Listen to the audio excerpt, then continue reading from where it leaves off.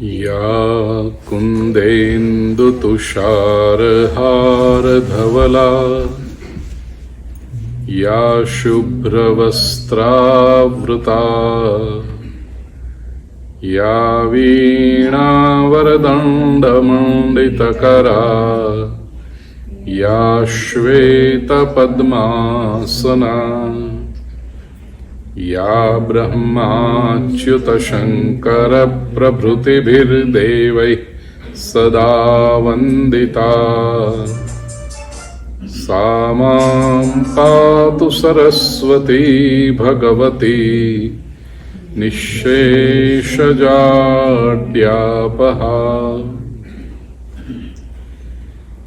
शुक्लां ब्रह्मविचारसारपरमा आद्यां जगद्व्यापिनीं वीणापुस्तकधारिणीमभयदां जाड्यान्धकारापहाम् हस्ते स्फाटिकमालिकां विदधतीं पद्मासने संस्थितां वन्दे तां परमेश्वरीं भगवतीं बुद्धिप्रदां शारदाम्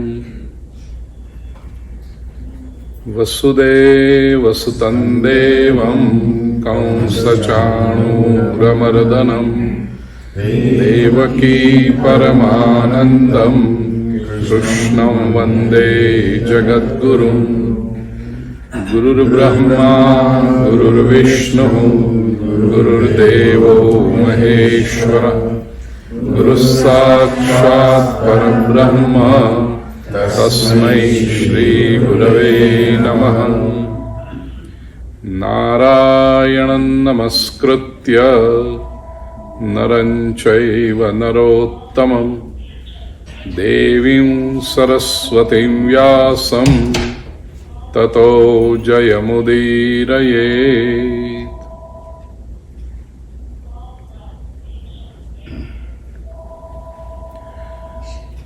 भक्ति का हेतु है भगवान को प्रसन्न करना। तो हमारे इष्टदेव प्रसन्न हों, उनके मुखारविंद पे हमें स्मित दिखाई पड़े, ऐसी भक्ति कैसे हो सकती है। भक्ति मार्ग के आचार्य देवर्षि नारद हमें ये मार्ग बता रहे हैं और बिल्कुल लॉजिकली, रैशनली, साइंटिफिकली भक्ति क्या है। पहले दो सूत्र हमने देखे। पहला सूत्र तो प्रतिज्ञा सूत्र, संकल्प सूत्र है, अथातो भक्तिम व्याख्यास्यामः। अब हम भक्ति की व्याख्या करेंगे। वो व्याख्यास्यामः शब्द भी बड़ा प्यारा है। संस्कृत में ख्यः का अर्थ है कहना, ख्यास्यामः कहेंगे, व्याख्यास्यामः विशेष रूप से आख्यास्यामः। ख्य आख्य ऐसे शब्द है ना, आख्यान, तो वो भी कहना, अच्छी तरह से कहना, और विशेष रूप से अच्छी तरह से कहना, व्याख्या, वी आ ख्या मिलके होता है व्याख्या। हमें पसंद है ऐसी भक्ति नहीं, मेरे प्रभु को पसंद हो ऐसी भक्ति। ये प्रेम का लक्षण है। मुझे पसंद है वो जीवन नहीं, मेरे प्रियकर को, मेरे प्रियतम को जो पसंद है वैसा जीवन। एक कैसे होगा, कैसी है ये भक्ति। तो दूसरे सूत्र में हमने देखा, सा त्वस्मिन् परम प्रेम रूपा, परम प्रेम रूप है वो, सुप्रीम लव। और तीसरे सूत्र में कल हमने आरंभ किया। तीसरा सूत्र फिर से एक बार बोल लें। अमृत स्वरूपाच अमृत स्वरूपाच, ये भक्ति अमृत स्वरूपा है। देखिए दूसरे सूत्र में था प्रेम रूपा, परम प्रेम रूपा, और अमृत स्वरूपा। तो ये रूप और स्वरूप में क्या फर्क है? रूप ये बाह्य लक्षण है, स्वरूप आंतरिक लक्षण है। तो प्रेम का बाह्य, भक्ति का बाह्य स्वरूप है प्रेम, और भक्ति का अंतर स्वरूप है, इनर जो फॉर्म है उसका, वो है अमृत। अमृत का अर्थ हम सब जानते हैं, नेक्टर। सीधा साधा अर्थ है जो मरता नहीं वो अमृत है। और दूसरा जो मधुर है, अत्यंत स्वादिष्ट है। तो ये भक्ति ऐसी है जो कभी नष्ट नहीं होती। It never deteriorates, it never diminishes. और वो इतनी मधुर है कि एक बार उसका स्वाद जिसको लग गया वो फिर भक्ति को छोड़ नहीं सकता, इस मार्ग से हट नहीं सकता। ये प्रेम का अमृत ऐसा है कि उसको पाकर के व्यक्ति अमृत, इसका अर्थ मरेगा नहीं ऐसा नहीं, लेकिन मृत्यु से भी डरता नहीं है। यदि मृत्यु से डर हो तो व्यक्ति मृत्यु आने से पहले ही मर जाता है। शायद यही मैंने कहा था ना, वो अपने 16वें अध्याय के प्रवचन में ही वो डायलॉग मैंने बताए थे, बहना सुमन जी, जो डर गया वो तो आपको याद है। 16वें अध्याय के दूसरे श्लोक आपको याद हो ना हो, ये याद है आपको। मृत्यु का डर ही सबसे बड़ी मृत्यु है। और मृत्यु आए फिर भी जो भयग्रस्त ना हो, जो डरे नहीं, वो तो अमर है। भक्त अमृत स्वरूप है। ये भक्ति अमृत स्वरूपा है। क्यों? क्योंकि भक्त को मृत्यु का भय नहीं है।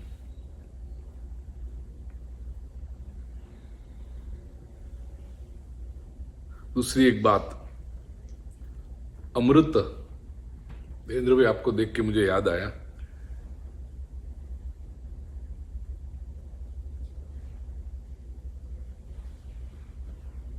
फरवरी या मार्च में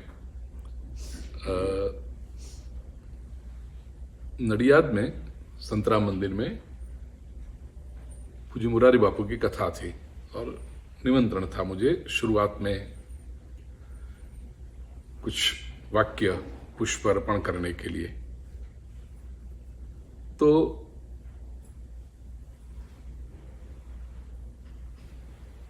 कुंभ में से आया था मैं, महाकुंभ में से, प्रयाग में से, वहां पर अनुष्ठान करके, स्नान करके, कुंभ स्नान करके फिर मैं नडियाद पहुंचा था। तो महाकुंभ ताजा था सबके मस्तिष्क में। सुख ने कहा, अपने से कोई गए थे कुंभ में, स्नान किया?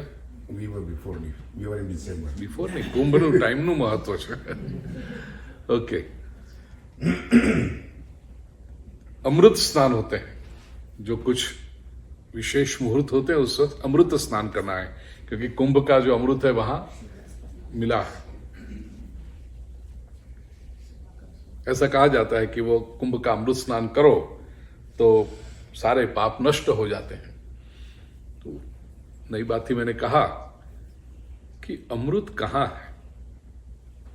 हमारे शास्त्रकार ने बड़ा सुंदर एक श्लोक संस्कृत में है कि अमृत कहां है, स्थान बताए।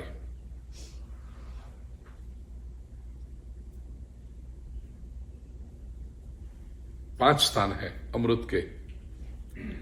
अब्धौ विधौ वधुमुखे फणिनाम निवासे स्वर्गे सुधा वसति वै विबुधा वदन्ति क्षारात् क्षयात् पतिमृतात् गरलात् पतत्वात् कंठे सुधा वसति वै भगवज्जनानाम्। अमृत कहां है? चाहिए तो सबको। कहा जाए कि यहां अमृत मिल रहा है, इसीलिए तो कितने more than 40 crore people, 400 million हुए ना, 40 करोड़ अर्थात 62. No, 65 फाइनल फिगर तो इतना है 65 करोड़ पीपल, Yeah. तो Double 650 population of USA. Double the population of USA practically. वो 40 दिन के अंदर प्रयाग में जाकर के त्रिवेणी संगम में डुबकी लगाई, अमृत स्नान किया। क्यों? सबको एक ही अभिलाषा थी, पाप सारे धुल जाएं, सारे पाप नष्ट हो जाए, अमरत्व मिल जाए। अमृत का स्नान इसलिए हमने किया। तो कहां है अमृत?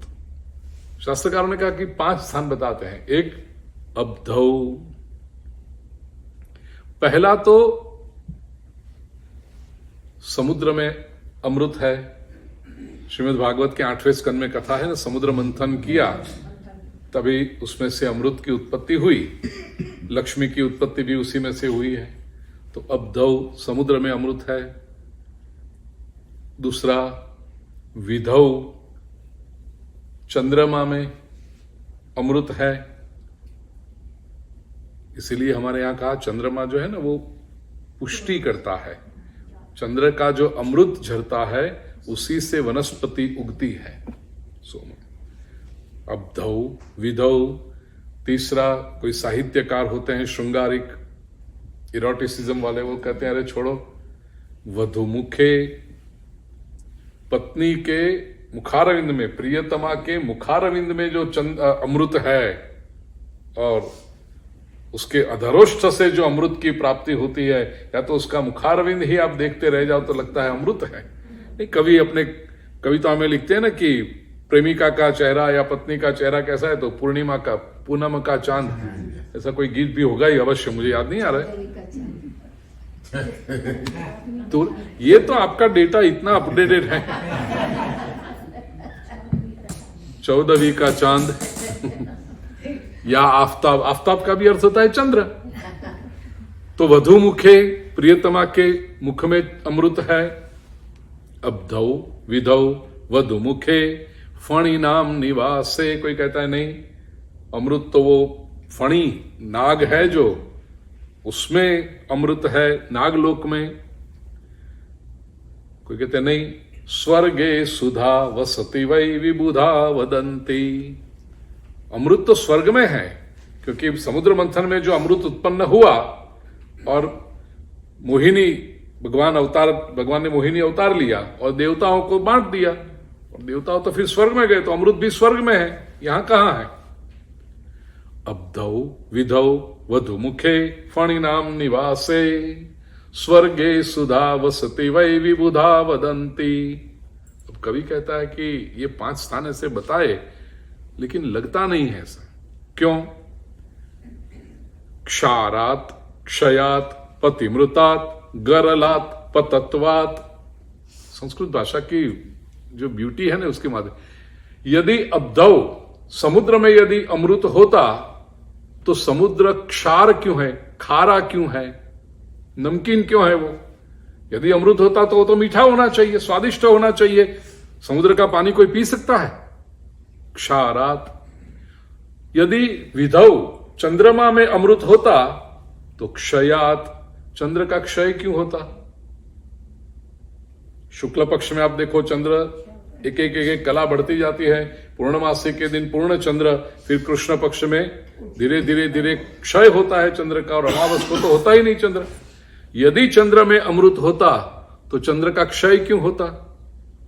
क्षारात क्षयात पतिमृतात्। तीसरा अमृत का स्थान क्या था? वधु मुखे, पत्नी के मुखारविंद में अमृत है। यदि उसमें होता तो पति की मृत्यु क्यों होती? उसने तो जीवन भर वो पति पत्नी के मुखारविंद का अमृत पिया है, तो अमर हो जाना चाहिए था। उसकी मृत्यु क्यों हुई?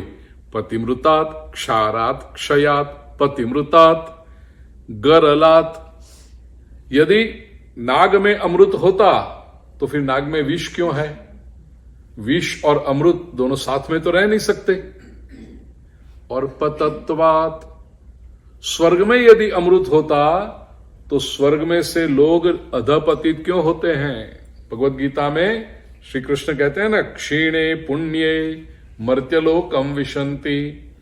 मनुष्य लोग अच्छा कर्म करते हैं, पुण्य कर्म करते हैं, और वो पुण्य कर्म करके स्वर्ग में जाते हैं, और फिर पुण्य का जब क्षय हो जाए, पुण्य खर्चा हो जाए, तो वापस पृथ्वी लोक में, मर्त्य लोक में आते हैं। वो ठीक ऐसी बात है कि पूरा वर्ष आप जॉब करो, पैसा कमाओ, और एवरी मंथ थोड़ा थोड़ा सेविंग्स फॉर वेकेशन करो, और समर आए और कोई अच्छा सा पैकेज लेके यूरोप में या कहीं पर भी अच्छी जगह पे जाओ, वहां वो 8-10 दिन का जो आपका वेकेशन हो, कितना लगता है ना, आपको स्वर्ग में ही लगते हो ना। कोई जॉब पर नहीं जाना है, जल्दी सुबह उठने की चिंता नहीं है, कोई रिपोर्टिंग नहीं, अरे भोजन भी नहीं बनाना है, क्योंकि जहां पर आए वहां पर अच्छी से अच्छी रेस्टोरेंट में जाकर के आप खाना खाओ। और पहले क्या होता था, अभी भी होता है लेकिन पता नहीं मुझे, मेरा अनुभव थोड़ा कम हो गया इस बात में। पहले क्या होता था कि पति जो पैसा होता ना, जमा किया है वेकेशन के लिए, वो पत्नी को दे रखता, तेरा पर्स है ना उसमें रख, और सारे पेमेंट पत्नी ही करते रहती। 6 दिन 7 दिन 8 दिन होने लगे ना, फिर पत्नी कहती ये पूरा होने लगा अंदर। जितना जमा किया था सब पूरा, अच्छा चलो घर पे वापस। तो क्षीणे पुण्ये मर्त्यलोकम विशन्ति। वैसे जैसे पैसे सेविंग्स था वो पूरा हो गया, तो चलो आके घर में वापस 9 to 5 रूटीन में। ऐसे जन्म जन्मांतर का जो पुण्य इकट्ठा किया है, वो पुण्य लेकर के स्वर्ग में जाते हैं, वहां पर उड़ाते हैं, वो इट्स अ वंडरफुल वेकेशन। और जैसे सब पुण्य की गठरी पूरी होने आई, वापस भगवान कहेंगे जाओ मृत्यु लोक में, अब कमाओ फिर से। तो यदि स्वर्ग में अमृत होता, पतन क्यों होता वहां से? इनमें 5 स्थानों में अमृत नहीं है, तो फिर अमृत है कहां? अमृत है ये तो एक वास्तविकता, कहां है? शास्त्रकारों ने कहा, कंठे सुधा वसति वै भगवत जनानाम। जो भगवत जन है, भगवान के भक्त हैं, वे जब स्वयं प्रभु का स्मरण करते हैं तो उस वक्त उनके कंठ में अमृत है। और वो ये भक्त शास्त्रों का अध्ययन करके, स्वयं उपासना अनुष्ठान करके, अपने अनुभव की वाणी प्रसाद रूप से सबको जब बांटते हैं, ये भगवत का सत्संग होता है, तो उस भगवान के भक्त के कंठ में अमृत। इसलिए गोपियों ने भी गोपी गीत में कहा, श्रीमद् भागवत के 10वें स्कंद के 31वें अध्याय का 9वां श्लोक, तव कथामृतम तप्त जीवनम कविभिरीडितम कल्मषापहम। प्रभु आपकी जो कथा है वो कैसी है? अमृत है। क्योंकि भगवत भक्तजनों के, ज्ञानी तेजस्वी महापुरुषों के मुखारविंद से हमें प्राप्त होती अमृत वहां पर है, भगवत जनानाम कंठे। बरस रहा है। हाँ तो और प्रभु से प्रार्थना करें कि बरसता ही रहे हमेशा, हम ईश्वर हमें शक्ति दे। वो कहने का आशय प्रिय स्वजनों, ये भक्त जो है वो अमृत उसके कंठ में है। ऐसी भक्ति जिसके कंठ में अमृत है, ऐसे भक्त की जो भक्ति का प्रभाव है, ये भक्ति कैसी है? अमृत स्वरूपाच। अमृत में भय नहीं है, क्योंकि सबसे बड़ा भय होता है मृत्यु का, वही भय निकल गया। और दूसरी एक बात कहूं प्रिय स्वजनों, प्रेम रूपा है ना, ये प्रेम भक्ति का बाह्य स्वरूप है, अमृत ये भक्ति का आंतरिक स्वरूप है। प्रेम तत्व का जो हमने कल चिंतन किया था, आज एक छोटा सा प्रश्न मैं आपसे पूछता हूं, आप मुझे उत्तर दीजिएगा। बेटा उत्तर उनका, प्रेम में क्या होना चाहिए उसकी तो चर्चा हमने कल की। मैं आपसे प्रश्न ये पूछता हूं, प्रेम में क्या नहीं होना चाहिए? Expectation. एक्सपेक्टेशन। बहना प्रभा जी कहती हैं प्रेम में एक्सपेक्टेशन, अपेक्षा नहीं होनी चाहिए। चलो और कुछ? नो शर्त, हाँ जी, शरत, शर्त नहीं होनी चाहिए। प्रेम Unconditional. Prem can not be conditional. Yes, Unconditional. That's what he said. Yes, आपका नाम? Sorry, I'm sorry. Chandrakant, Chandrakant भाई कहते हैं प्रेम में शर्त नहीं हो सकती, love should be unconditional. Good. और कुछ? निस्वार्थ, कौन बोल रहा है? हाँ, प्रेम निस्वार्थ है, love should be selfless. Good. और सरेंडर, क्या नहीं होना चाहिए? मेरा प्रश्न समझिए प्लीज। दुराभाव, हम्म, दुराभाव, दुराभाव नहीं होना चाहिए। चलो, आग्रह, जिद नहीं होनी चाहिए प्रेम में। और कुछ? नखरे. नखरे तो प्रेम का सौंदर्य है नरेश।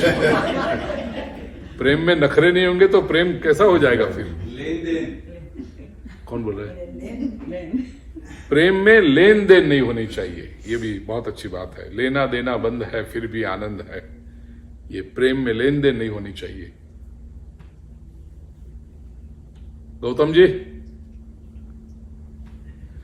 जिन्होंने प्रेम किया होगा उनको पता होगा कि क्या नहीं होना चाहिए। गुस्सा नहीं होना, प्रेम में क्रोध नहीं होना चाहिए। चलो, प्रेम में क्रोध नहीं। प्रेम का अंत नहीं होना चाहिए। Very good. प्रेम का अंत नहीं होना चाहिए। वाह प्रभा जी, बहुत सुंदर। अटैचमेंट, हाँ जी, प्रेम में Attachment. अटैचमेंट तो प्रेम का सुमन बहना। अटैचमेंट के बिना प्रेम कैसे करोगे? ईगो, अहंकार, विमला बहन, प्रेम में શું नहीं હોવું જોઈએ? વિમ બેન,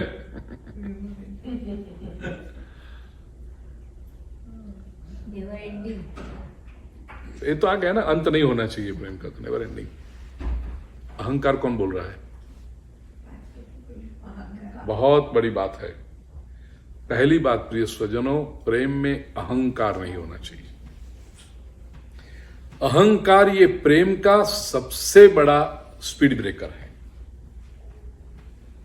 अहंकार यदि हो, प्रेम हो ही नहीं सकता, क्योंकि अहंकार शोषण करता है। अहंकार ये मानता है कि सब लोग मेरे सुख के लिए हैं, मेरे लिए हैं। प्रेम में अहंकार नहीं हो सकता। दूसरी बात, अहंकार तोड़ता है। अहंकार हमें सबसे अलग करता है।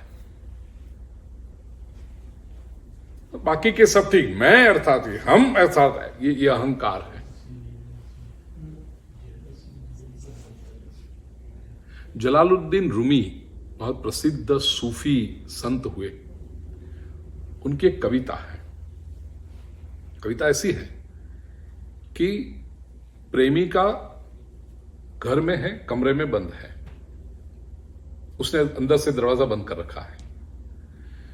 प्रेमी आता है, दरवाजा खटखटाता है, दरवाजा खोलो।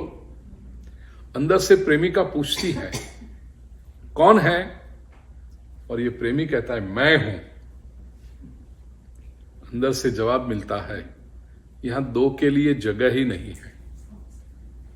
दरवाजा नहीं खुलता। जलालुद्दीन रूमी कहते हैं वो प्रेमी जाता है वहां, 2, 4, 3 साल भटकता है, इधर उधर चिंतन करता है, और उसको कुछ अनुभूति होती है, ज्ञान होता है, समझदारी आती है, लौटता है, फिर से वो प्रेमिका का द्वार खटखटाता है। प्रेमिका भीतर से पूछती है कौन है?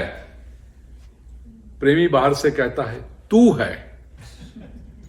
और जलालुद्दीन रूमी ने कविता में कहा कि प्रेमिका दरवाजा खोलती है। मैं हूं, ये अहंकार, दरवाजा नहीं खुलता। तू है, तू ही तू, तब दरवाजा खुलता है। अब जलालुद्दीन रूमी की कविता तो यहां पूरी हो गई कि प्रेमी ने जब कहा कि तू है तो प्रेमिका ने द्वार खोल दिए। यदि वेदांत का अनुभव होता जलालुद्दीन रूमी को, तो इस बार भी दरवाजा नहीं खुलना चाहिए था। यदि कोई वेदांती कवि इस काव्य को लिखता तो इस बार भी दरवाजा नहीं खुलता और वो प्रेमी वापस चला जाता। फिर से 2 वर्ष 3 वर्ष 4 वर्ष भटकता, चिंतन करता, आए, प्रेमिका का दरवाजा खटखटाए, अंदर से पूछे प्रेमिका कौन है, और ये कोई उत्तर ही न दे, मौन खड़ा रहे, तब प्रेमिका द्वार खोलती। ये वेदांत है, याद रखना। मैं हूं में दरवाजा नहीं खुला, वो तो बड़ी सीधी स्पष्ट बात है कि अहंकार है। और दूसरी बार में तू है कहा, दरवाजा खुल गया। अब थोड़ा शांति से सोचिए, तू में भी मैं छुपा है। तू है कहना अर्थात मैं हूं, केवल सिक्के की एक बाजू पलट गई। मैं और तू विभाजन तो है ना। मैं और तू दोनों जब निकल जाए, पहली बार में नहीं खुला हो तो बड़ी बात है। अपने भक्त कवियों ने भी कहा है, प्रेम गली अति संकरी, तामे दो न समाए। उसमें दो नहीं रह सकते। तू जब कहा उसमें भी मैं तो है, बिल्कुल न बोलता, मौन हो जाता, न मैं रहा न तू रहा, अहंकार बिल्कुल विगलित हो गया, तभी दरवाजा खुलता। और ये तब एका पहली बात, बहुत सुंदर उत्तर आपने दिया। नाम आपका? उपेंद्र भाई। प्रेम में अहंकार नहीं हो सकता। और दूसरी एक बात, जेलसी भी अच्छी बात है, प्रेम में कभी जेलसी नहीं हो सकती। बहुत बड़ी बात है प्रिय स्वजनों, प्रेम में भय नहीं हो सकता। ये जो अमृत स्वरूपा का है, प्रेम में कष्ट हो सकता है।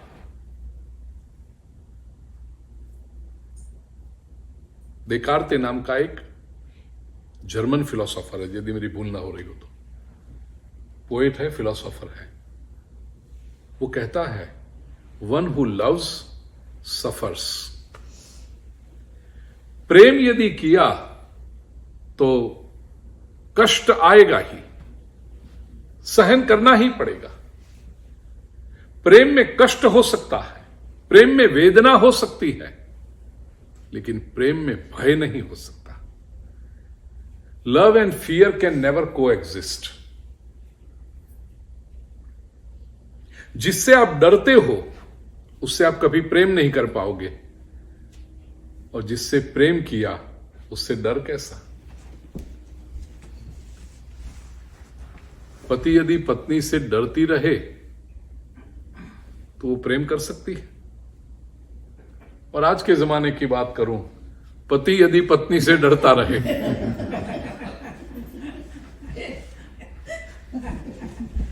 तो वो प्रेम कर सकता है।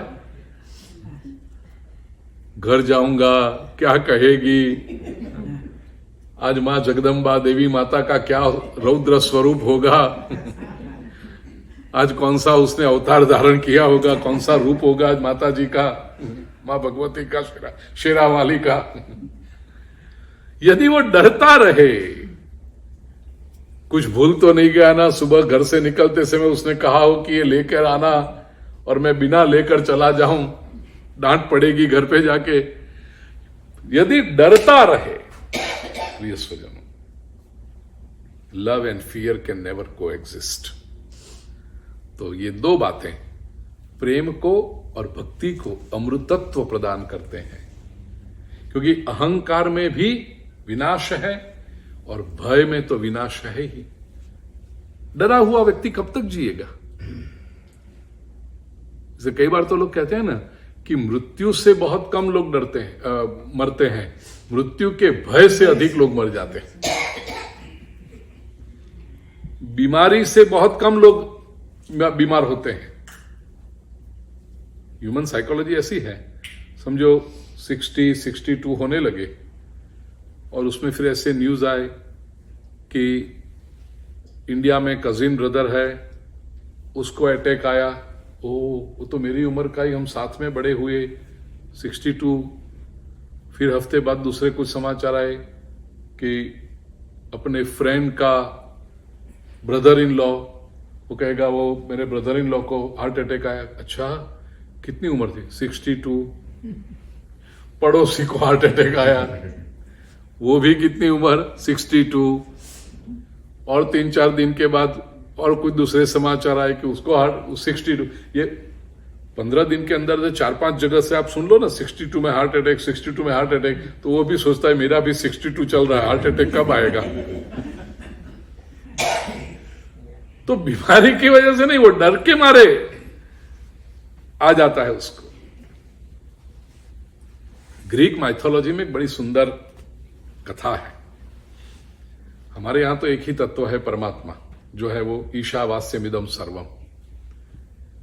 ग्रीक माइथोलॉजी में 2 अलग एंटिटी है, centres of power, God and evil, देवता और राक्षस। जो भी अच्छी बातें होती हैं वो सब गॉड करता है, भगवान करते हैं, और जो भी बुरी बातें होती हैं वो सब इविल करता है, राक्षस करता है। आपने सुना होगा ऐसा। एक बार पूरी कम्युनिटी में, ग्रीस में प्लेग आया। उस जमाने में बहुत बड़ी बीमारी थी प्लेग आना, एपिडेमिक। तो प्लेग आया और लोग फटाफट फटाफट फटाफट मरने लगे सब। हफ्ता 10 दिन हुए, इतने सारे लोग मर रहे हैं। तो जो सेंट था उसको स्वाभाविक कंपैशन, करुणा आई। उसको पता था कि बुरा काम है तो डेविल करता है। तो सेंट ने जाकर डेविल से पूछा कि क्यों तुम लाए हो ये प्लेग? देखो बेचारे इनोसेंट लोग कितने मर रहे हैं। डेविल ने कहा मुझे मत कहो, ऊपर से ऑर्डर आया है 10,000 लोगों को मारना है, तो ये तो काम चलता रहेगा। 1.5 महीने तक प्लेग चला और रिपोर्ट ऐसा आया कि 30,000 लोग मर गए प्लेग से। तो सेंट ने जाकर के डेविल से कहा, रे भाई तू तो कहता था 10,000 को मारना है प्लेग से, ये देख 30,000 लोग मर गए। डेविल ने कहा प्लेग से तो 10,000 लोग ही मरे हैं, बाकी के 20,000 मुझे प्लेग होगा तो उसमें मर गए, तो उनमें मेरा दोष नहीं है। कहने का अर्थ, भय से व्यक्ति जो प्रेम करता है वो भय मुक्त होता है। भगवत गीता का 16वां अध्याय में देखा ना, पहला लक्षण क्या है दैवी क्वालिटी का? अभयत्वम। तो अभयत्वम ही अमृतत्व है, अमृत स्वरूपाच। चौथा सूत्र, एक एक शब्द बोलूंगा, ये सूत्र थोड़ा बड़ा है ना आपके पास में। यल्लब्ध्वा पुमान् सिद्धो भवति अमृतो भवति तृप्तो भवति। यल्लब्ध्वा पुमान् सिद्धो भवति अमृतो भवति तृप्तो भवति। अर्थ यह है इसका, यल्लब्ध्वा, जिसको प्राप्त करके, यत् लब्ध्वा, जिसको लाभ पा करके। लब्ध्वा का लब्ध्वा ही होगा, प्राप्त करके नहीं होगा उसका, लब्ध्वा, लाभ के। पुमान् सिद्धो भवति, मनुष्य सिद्ध हो जाता है, कृतकृत्य हो जाता है। He has achieved, he has arrived, सिद्ध। अमृतो भवति, अमृत हो जाता है, और तृप्तो भवति, तृप्त हो जाता है। अब देखिए यहां तो कहा है सिद्ध, अर्थात जिसके लिए जो आया था। सिद्ध का अर्थ क्या है? Successful, achieved, arrived. इसको प्राप्त करके, तात्विक अर्थ तो बताता हूं, लेकिन इसमें एक जोक भी छोटा सा है। विद्वानों में जब चर्चा करती है ना, तो वो शब्द का थोड़ा अर्थ वो बदल के उसमें भी ये करते हैं। एक बार बैठे थे गुजरात के संत, बात चली, यल्लब्ध्वा पुमान् सिद्धो भवति। गुजरात के સૌરાષ્ટ્ર કે સંત, उन्होंने कहा ઈચ્છે ભક્તિનું सीधो થઈ જાય मानस। भक्ति जब तक नहीं, सीधा हो जाता है, मतलब भक्ति जब तक नहीं होती ना तब तक व्यक्ति टेढ़ा होता है।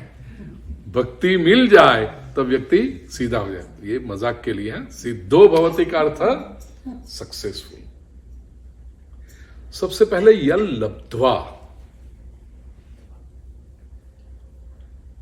ये पाकर, लब्ध्वा का अर्थ है जिसका, इसका लाभ जिसको मिल जाए, लब्धि होना।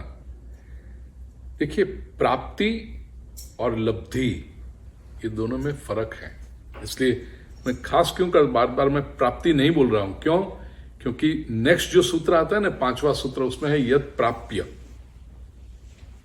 लेकिन यहां है यल लब्ध्वा, इसका लाभ होने पर। लब्ध्वा में पुरुषार्थ तो है, लेकिन पुरुषार्थ से अधिक अनुग्रह का लक्षण है, कृपा का भाव है, ग्रेस। इसलिए जिन्होंने भी सिद्धि प्राप्त की, उसमें 2 प्रकार के लोग होते हैं। ज्ञान मार्ग से भी सिद्धि मिलती है, योग मार्ग से भी सिद्धि मिलती है। हमारे यहां जो हनुमान चालीसा में है ना, अष्ट सिद्धि नवनिधि के दाता, अणिमा, लघिमा, गरिमा, महिमा, ये सारी सिद्धियां हैं, वो योग मार्ग से आती है। आप योग का अनुष्ठान करो, उपासना करो तो सिद्धियां आती हैं अलग अलग प्रकार की, लेकिन वो सिद्धि के साथ अहंकार भी आ जाता है। मेरे पास ये सिद्धि है, मेरे पास ये सिद्धि है। परिवार के रूप में बैठे, इसलिए जीवन की कुछ आत्मीय बातें भी करूं। ईश्वर के इस मार्ग पर जिज्ञासा, क्वेस्ट, ईश्वर की कृपा से छोटी उम्र से रहा। 15-16 वर्ष की उम्र थी तभी से ये क्या है, क्या है, कुछ ढूंढना है, पाना है। तो वो क्वेस्ट थी, प्यास थी, कैसे पाना है, उसके लिए अलग अलग लोगों, कोई भी मुझे कहे कि ये महापुरुष हैं, ये अच्छे योगी हैं, ये संत हैं, तो उनके पास चला जाता, उनकी बातें सुनता। मुंबई में, और मुझे एरिया भी याद है, वर्ली में, मुंबई के जो लोग होंगे उनको पता है, वर्ली एरिया में किसी के वहां एक संत आए थे। तो मुझे पता चला कि वे आए हैं, बड़े चमत्कारी हैं, बड़ी सिद्धियां हैं उनके पास। तो मैं पहुंच गया, जरा देखें क्या सिद्धियां हैं, कैसा होता है। कमरा भर के पूरे लोग बैठे थे, 100-125 जितने बड़े, और वे महापुरुष सोफा के ऊपर बैठे हुए। आसपास में जो भक्तजन बात करते हैं, उनकी जो विशेषता होती है, वो तो कहते हैं कि ये महात्मा जी जो हैं वो बीमारियां मिटा देते हैं, बड़ी बड़ी बीमारियों को। किसी की आवाज न हो, गला बैठ गया हो तो केवल हाथ ऐसे घुमाएंगे, तब तक उसे, फिर तो उसमें कि कैंसर भी हो, डॉक्टर, और मैं बात कर रहा हूं कम से कम 40-45 वर्ष पहले की, डॉक्टर भी जो ट्रीट ना कर सके, वो इसके पास आए, महात्मा जी के इनके पास आए, और सीधा उन्होंने केवल हाथ घुमाया और कैंसर चला गया। किसी को ये बीमारी थी, किसी को पीठ का दर्द था, निकाल। फिर उनके पास बातें सुनता था मैं लोगों की। फिर कोई 2 बहनें बात कर रही थी कि मैं सूरत में थी और एक दिन आए, गुरुदेव ने आकर मुझे कहा कि तुम्हारे हाथ के ढोकला खाना है या कचौड़ी खानी है, तो मैंने तुरंत बना के दिए। तो दूसरी बहन कहते रहे उस समय तो गुरुजी मेरे घर पे थे, तो वहां पर कैसे आए, एक समय में दोनों स्थान पर। ऐसे हमें जो मिरेकल लगेंगे, हमारा लॉजिकल साइंटिफिक माइंड ये एक्सेप्ट नहीं करेगा। ऐसी बातें सब हो रही थी। सच है, गलत है, मैं नहीं जानता, मैं केवल आपको नैरेट कर रहा हूं कि ये बातें हो रही थी वहां पर। और मैं बीइंग अ साइंस स्टूडेंट, चमत्कार में तो मैं मानता नहीं, मिरेकल्स में तो मानता नहीं, तो सुन रहा था सबकी बातें। जब बारी आई तो मैंने उनसे कहा कि ये सब बातें, बहुत सारी बातें जो बोलते थे कि कोई युवती थी, कोई 24-25 वर्ष की उम्र हो गई है, ब्याह कैसे होगा, कि कौन मिलेगा, कब कौन सा लड़का मिलेगा। तो गुरुदेव ने पास में एक पोस्ट कार्ड पड़ा था, उस समय में वो इंडिया में आता ना 15 पैसे का पोस्ट कार्ड, वो पोस्ट कार्ड उसके हाथ में दिया और कहा कि तू रख दे तेरे हाथ में। तो वो कन्या ने ऐसे हाथ में ऐसे पोस्ट कार्ड रखा और गुरुजी के सामने देखती रही। 2 मिनट के बाद गुरुजी ने कहा तू खोल, तो उसने हाथ खोला तो पोस्ट कार्ड के ऊपर युवक का फोटो था किसी, और कहा कि ये लड़का तेरा पति बनेगा और 6 महीने के अंदर तेरा काम हो जाएगा। और असल में वो बैठी थी कि देखो ये फोटो है, ये यही मेरे, इसके साथ मेरा ब्याह हुआ। ऐसी सब मिरेकल्स की बातें। बेटा મૂકી દે, એ મહત્વનું નથી બધું, મૂકી દે। तो ऐसी सब मिरेकल्स की बातें सुनता था मैं, always without pinch of doubt, is it possible, is it possible, ऐसा होता है। मेरी बारी आई तो मैंने उनसे कहा, उन्होंने पूछा कि आपको कोई प्रश्न है, आपकी कोई समस्या। मैंने कहा समस्या तो कुछ है ही नहीं, प्रश्न अवश्य है। ये सब जो मैंने आपके बारे में सुना है, ऐसा मुझे सीखना है। I want to, and at the age of 16-17 ये मेरी क्वेस्ट बहना प्रभा। मैंने कहा ये सब मुझे सीखना है, मैंने सुना तो सही लेकिन मानने में नहीं आती बातें। I want to do all this. तो उन्होंने कहा कि नहीं नहीं, ये तो बहुत कठिन है। मैंने कहा आई एम रेडी, जो उपासना करनी हो आप बोलो, घर बार छोड़ के जंगल में जाना है चले जाएंगे जंगल में, आप कहो ये करना है करेंगे। I want to do this. तो उन्होंने कहा कि थोड़ी देर बैठो, फिर मुझे पर्सनली मिलो आप। तो और कुछ घंटा 1.5 घंटा उनका ये सब चलता था, वो हुआ। फिर मुझे कमरे में बुलाया, बोले क्या है। मैंने कहा ये आप जो करते हैं ना, मेरे मानने में बात नहीं आती। मैं सुनता हूं, आंखें चमत्कार जैसा लगता है, लेकिन I want to do it. यही है जीवन का लक्ष्य। मैंने कहा हाँ, ऐसा ही कुछ करना है, जो कोई ना कर सके ऐसा कुछ करना है जीवन में। फिर उन्होंने कहा कर तो सकते हो, बता भी सकता हूं मैं, लेकिन करना मत। ही टोल्ड मी, करना मत।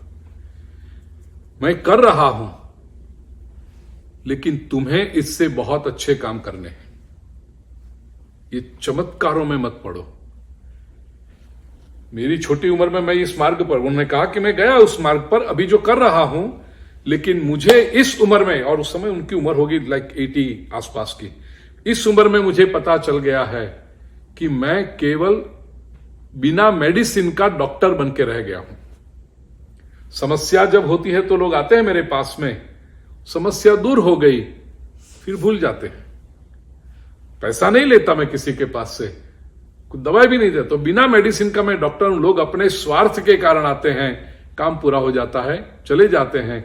तुम्हें लाखों लोगों को भगवान के मार्ग पर ले जाना है, उनके जीवनों को ट्रांसफॉर्म करना है, तो इस चक्कर में तुम पड़ना मत। अब उनके वो चमत्कार होंगे नहीं होंगे, वो मेरे लिए अब महत्वपूर्ण नहीं, it is not important for me. लेकिन 16 वर्ष की आयु में उन्होंने मुझे कहा कि तुम अध्यात्म के मार्ग पर जाओ, ब्राह्मण हो, शास्त्र का अध्ययन करो, आचरण करो और सबको बांटो। वो अधिक अच्छा मार्ग है जिससे जीवन में ट्रांसफॉर्मेशन है।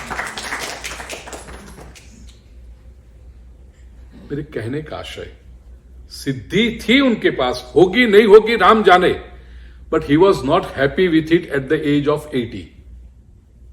कि ये लोग कहते हैं, but I am not satisfied. वो अल्टीमेट लक्ष्य नहीं होना चाहिए। अल्टीमेट लक्ष्य क्या होना चाहिए? परमात्मा की प्राप्ति। मेरा जीवन सुंदर कैसे बने, मेरी उन्नति कैसी हो, ये होना चाहिए। तो भक्ति क्या है? यल लब्ध्वा पुमान, क्या होता है? सिद्धो भवति, सिद्ध होता है। भक्ति मार्ग पर जाते हो ना, और एक क्षण भी यदि परमात्मा की झलक मिल जाए, भक्त को लगता है मेरा जीवन सफल हो गया, ये सिद्धि है। इति कर्तव्यता का भाव होता है, कृतकृत्यता का भाव होता है। सिद्धो भवति, अमृतो भवति। अमृत समान है भक्ति, तीसरे सूत्र में जो हमने देखा। तो अमृत समान भक्ति साधक को भी अमृत तो बनाएगी ना। मृत्यु का भय नहीं है। कैसा है उसके भी? भगवान तूने जो अवतार दिया है ना, तेरी सेवा करने के लिए है। सच पूछो तो ये भक्त मोक्ष की भी अपेक्षा नहीं रखता। संसार के सामान्य लोग मोक्ष की अभिलाषा रखते हैं। पूरी संसार की गड़मथल उठापटक पूरी हो जाए, 85, 90, 95 की उम्र हो गई हो, शरीर बीमारियों का म्यूजियम बन गया हो, बिस्तर से उठा भी नहीं जाता हो, घर में कोई इंपॉर्टेंस भी न देता हो। नरेश बहना बता रही थी कि वो वृद्ध की हालत क्या होती है, because everybody is busy in their own activity, कुछ नहीं। तो ऐसे ये 95 के बाबूजी दिन में 15 बार आसमान की ओर देख के हे प्रभु उठा ले, हे प्रभु उठा ले। तो कोई रिश्तेदार आया हो तो घर वाले भी कहते हैं बाबूजी को तो जीवन में कोई मोह माया रही नहीं है, वो कहते हैं उठा ले उठा ले, दिन में 15 बार हे प्रभु उठा ले। ऊपर से भगवान भी कहता होगा तुझे उठा कर मैं करूं क्या, तू पड़ा रहे वहीं पर। तो ये अमरत्व नहीं है कि अभी कोई मोह माया नहीं रही, अब छूट जाना है, अब ये नहीं। असल में जो भक्त हैं वो मोक्ष की अभिलाषा नहीं रखते। श्रीमद् आदि शंकराचार्य जी कहते हैं न मोक्षस्याकांक्षा भव विभव वांछापि च न मे। मुझे मोक्ष नहीं चाहिए, बार बार मुझे जन्म चाहिए। मृडानी रुद्राणी, बार बार जन्म क्यों चाहिए? शिव शिव भवानीति जपतः अतस्त्वां संयाचे जननी जननम यातु मम वै। मां तेरे पास मैं ये मांगता हूं, जननी जननम यातु मम वै। हे मां मुझे बार बार जन्म दो। क्यों? क्योंकि मैं तेरा काम कर सकूं। महाराष्ट्र के संत तुकाराम कहते हैं तुका मणे गर्भवासी सुखे घालावे आम्हासी। हमें गर्भवास चाहिए, संसार में आना है बार बार प्रभु, मोक्ष की अभिलाषा नहीं है। गुजराती में नरसिंह मेहता हरिना जन तो मुक्ति न मागे, मागे जन्मो जन्म अवतार रे। क्यों? हरिना जन, नरसिंह मेहता स्वयं भगवान के हैं, मुक्ति नहीं मांगते, मांगे जन्मो जन्म अवतार। जन्म जन्म अवतार चाहिए, जन्म चाहिए फिर से। क्यों? नरसिंह मेहता को क्यों बार बार जन्म चाहिए? उनके भजन गाए जा रहे हैं कि इन लोगों के द्वारा वैष्णव जन तो तेने रे के ये लोग गा रहे हैं कि नहीं? 2 अक्टूबर को रेडियो पर यह बजता है कि नहीं? और जहां जहां उनके भजन बजते हैं उसकी रॉयल्टी पहुंचती है कि नहीं? इसके लिए जन्म चाहिए? नहीं। क्यों चाहिए बार बार जन्म? नरसिंह मेहता कहते हैं नित सेवा नित कीर्तन औच्छव निरखवानंद कुमार रे। प्रभु ये शरीर लेकर आएंगे, जन्म लेकर आएंगे तो नित्य तेरी सेवा कर सकेंगे, कीर्तन करेंगे, भजन करेंगे, उत्सव मनाएंगे। ये पॉजिटिविटी है। और प्रभु तुझे देख सकेंगे। मोक्ष का कॉन्सेप्ट है बड़ा भव्य, लेकिन भक्ति मार्ग पे जब चलते हैं ना, कहते नॉट सो अट्रैक्टिव। उच्च कक्षा में जाके एक प्रश्न पड़ता है जीव विकास करता करता करता जब परमात्मा के सन्मुख खड़ा रहे तब प्रभु उसको चॉइस देते हैं। भगवान कहते हैं हाथ फैला के आ जा, चल मिल जा मेरे अंदर, आ जा। मोक्ष का क्या अर्थ है? टू मर्ज विथ गॉड, मिल जाना। फिर अपना अस्तित्व रहा ही नहीं। ये जो 84 लाख के फेरे की यात्रा थी वो पूरी हो गई, जीवात्मा की यात्रा ही पूरी हो गई, भगवान में मिल गया, वो परमात्मा हो गया। भगवान कहते हैं आ जा। तो ज्ञान मार्ग के, वैराग्य मार्ग के जो उपासक होते हैं वो तो कहते हैं अरे मिल जाएंगे, चलो मोक्ष। लेकिन भक्ति मार्ग के जो साधक होते हैं ना, वो कहते हैं भगवान वेट अ मिनट, आप तो कहते हो मिल जा मेरे अंदर, लेकिन मैं यदि आप में मिल जाऊंगा तो मैं ही न रहूंगा, और मैं न रहूंगा उसकी चिंता नहीं है प्रभु, लेकिन फिर मैं आपको देख कैसे सकूंगा, आपकी सेवा कैसे करूंगा? प्रभु आपकी सेवा करने में, आपके दर्शन करने में जो आनंद है वो आपसे मिल जाने में नहीं है।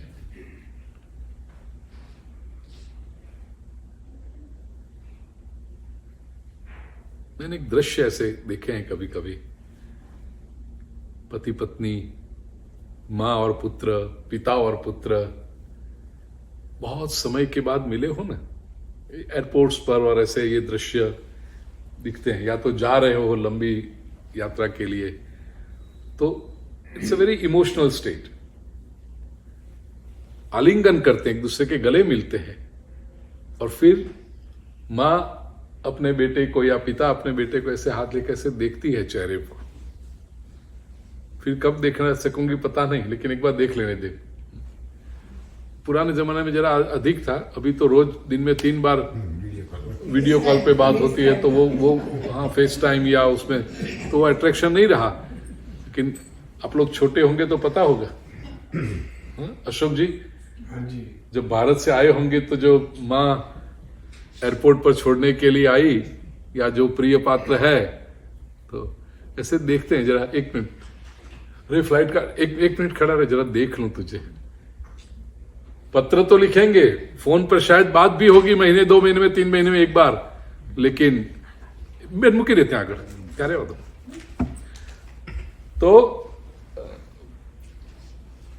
कब तू वापस भारत लौटेगा, कब फिर से तेरा चेहरा देखेंगे? मिलने में एक आनंद है आलिंगन में, लेकिन आलिंगन देने के बाद वापस चेहरा देख लेना है एक बार, मैं फिर से देख लूं। तो भक्ति मार्ग के साधक को यह प्रश्न होता है कि भगवान तो तैयार है मुझे आलिंगन देने में, ये अपने में समा लेने में, लेकिन भक्त कहता है प्रभु थोड़ा सा डिस्टेंस रहना चाहिए। आप का बन के रहने में जो आनंद है ना, वो आप बन जाने में नहीं है। भक्त कहता है मैं तुम्हारा बन के रहूं, लेकिन तुम नहीं बनता। और जहां जहां भक्त का हृदय रहा है, ये चॉइस हमेशा रही है। सूफीज्म में भी मैं वो साधक का नाम तो भूल गया, सूफी कवि है, लेकिन उसने कहा कि बागे जन्नत से मुझे इस जहां में भेजा क्यों कर, कारे जहां दराज है अब मेरा इंतजार कर। परमात्मा से अलग होकर के जीवात्मा इस संसार में आया है और अच्छे काम किए, पुण्य का काम किया, उसके सत्कर्म से परमात्मा प्रसन्न हो गए और परमात्मा ने उससे कहा कि आजा जन्नत में, स्वर्ग में आ जा, तू चल, तैयार हूं तुझे स्वर्ग में लेने के लिए।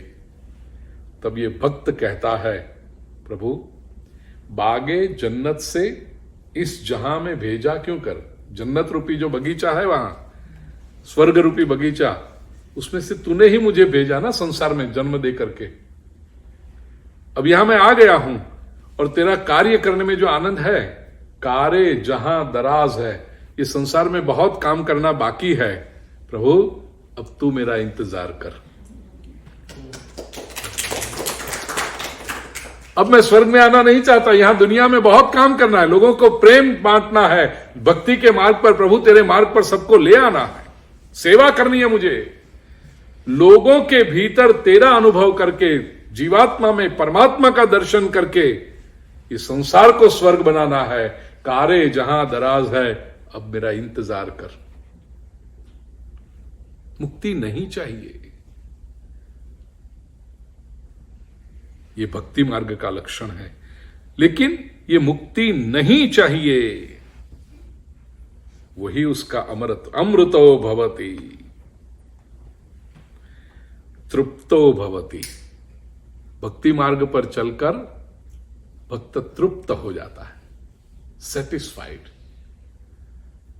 अब उसे वही बात अगले सूत्र में भी आती है।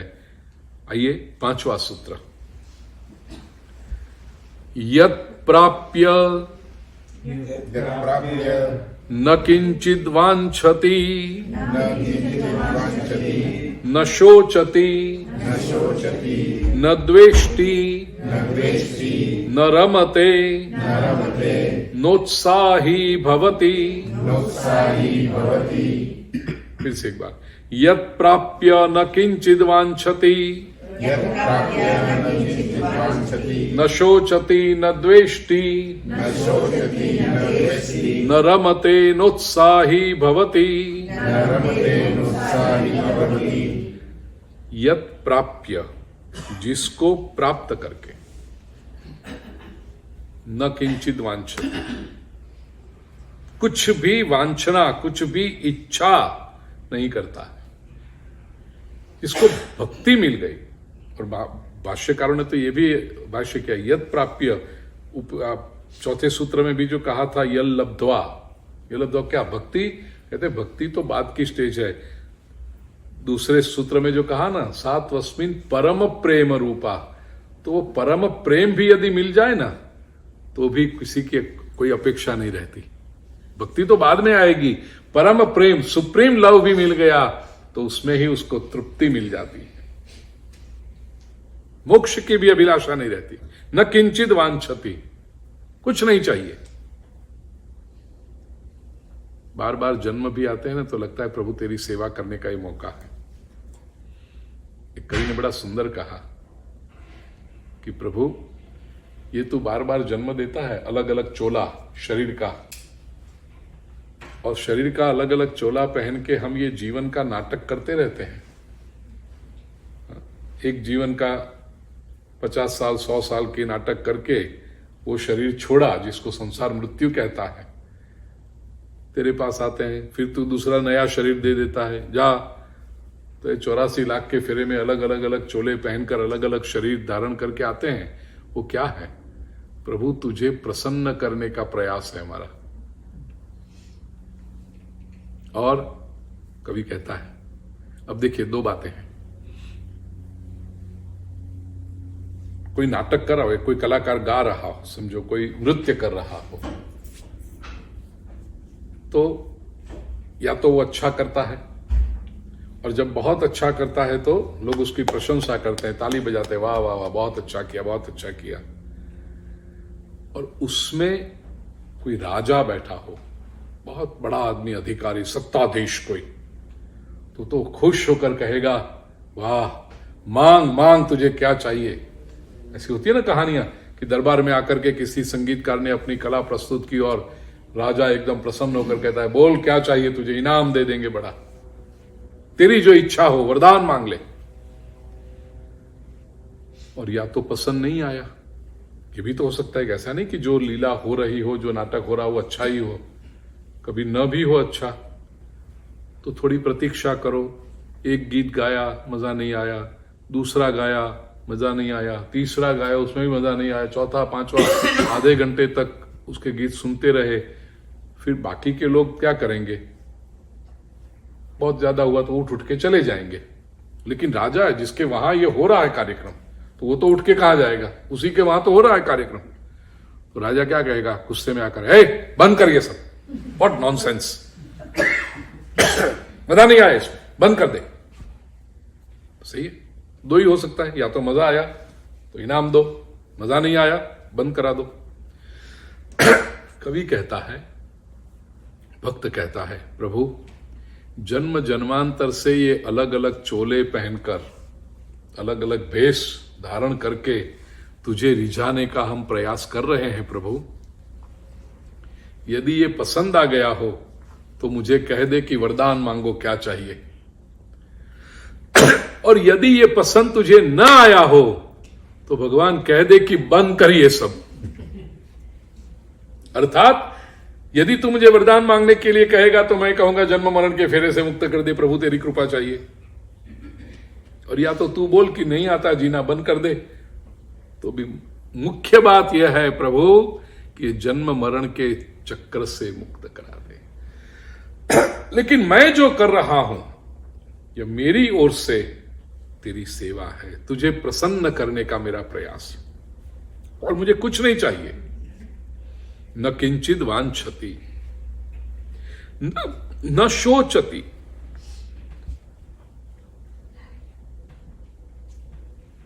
वो शोक भी नहीं करता, वांछना भी नहीं करता, इच्छा भी नहीं करता। अब जरा सोचना, इच्छा कब नहीं जीवन नहीं, इच्छा कब होती है? शास्त्र की दृष्टि से आप सोचिए, इच्छा कब होती? वेदांत कहता है इच्छा अपूर्णता की निशानी है।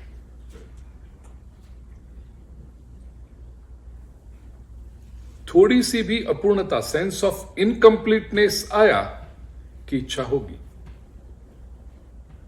प्यास लगी, मीनिंग समथिंग इज मिसिंग, तो इच्छा होगी पानी दो। भूख लगी, अपूर्णता है, तो इच्छा होगी भोजन दो। Thank you. इच्छा अपूर्णता की निशानी है। जो पूर्ण है उसको इच्छा नहीं होती। भोजन के लिए बिठाओ, कल क्या खाया आपसे? पिज्जा ना, अलग अलग प्रकार के, एक पाई, दूसरी स्लाइस, तीसरी स्लाइस, ये सब 5 स्लाइस अरेंज कर दी अलग अलग अलग, और इधर तक हो गया। और फिर नरेश आए कि गरम करके लाती हूं एक और। नहीं नहीं नहीं नरेश, नहीं। अरे आइसक्रीम गुरुजी, आइसक्रीम नहीं नहीं नहीं, इधर तक आ गया है पिज्जा। मुंह खोलोगे तो वापस भी ले सकते हो थोड़ा। इतना तक बड़ा। अब न कोई दूसरी फ्लेवर क्या कहते हैं पिज्जा, न दूसरे टॉपिंग वाला पिज्जा चाहिए, न कोई आइसक्रीम चाहिए, फ्रूट्स नहीं, गेटरेड नहीं, 0 कैलोरी नहीं, कुछ भी नहीं। 4 प्रकार की बोतल लाके इसने रख दी कल। नहीं चाहिए बहना। इधर तक हो गया, ठीक है। लेकिन प्रशंसा तो बड़ी की, पाइनएप्पल वाला जूस, कैलोरी नहीं है इसमें, ये है उसमें 0, स्पार्कलिंग वाटर, ये वाटर रख दे बना, तेरी इच्छा इतनी, रख दे सामने, मुझे जो पसंद होगा लूंगा। कुछ नहीं, इधर तक भरा हुआ है, इच्छा नहीं हुई। फिर आधा पौना घंटा भर बैठ के कुछ बातें चीतें करें, ऐसा करें, तो तब घंटे भर में वो पिज्जा धीरे धीरे नीचे जाता है ना। फिर इतनी जगह हुई तो घंटे भर के बाद इच्छा होती है, क्या बहना बता रही थी तो वो पाइनएप्पल वाला जूस क्या है, ला जरा। इच्छा कब होती है? अपूर्णता हुई तो इच्छा होगी, पूर्णता है तो इच्छा नहीं होगी। भक्ति मार्ग के साधक को भक्ति में पूर्णता का अनुभव होता है, इसलिए न किंचित वांछति। तो ये पहली बात, जब तृप्ति का अनुभव हो तो इच्छा नहीं होती। एक और बात भी है प्रिय सुजन, थोड़ा और चिंतन करेंगे, सोचेंगे तो, इच्छा न हो तो हर बार आवश्यक नहीं कि तृप्ति हो ही गई है। कोई उच्च लक्ष्य हो ना, तो भी इंफीरियर की इच्छा नहीं होती। If your goal is higher, if your expectation is higher, then you will not be satisfied with the inferior. यहां के तो मैंने ज्यादा अटेंड नहीं किए इसलिए मुझे अनुभव नहीं है, लेकिन भारत के आपने भी किए होंगे, भारत के वेडिंग इंडिया में, तो पता नहीं क्यों वेडिंग में हम इतना ज्यादा इंपॉर्टेंस केवल खाने को दे देते हैं, भोजन को। 4-5 दिन का भी फंक्शन हो ना तो भी भोजन बस जस्ट फीड पीपल। अरे कोई अकाल से, कोई फेमिन से आए हैं, दुकान में थी आज बता, लेकिन कुछ लोगों को देखो तो लगता भी ऐसा कि सचमुच अकाल में से आए हैं।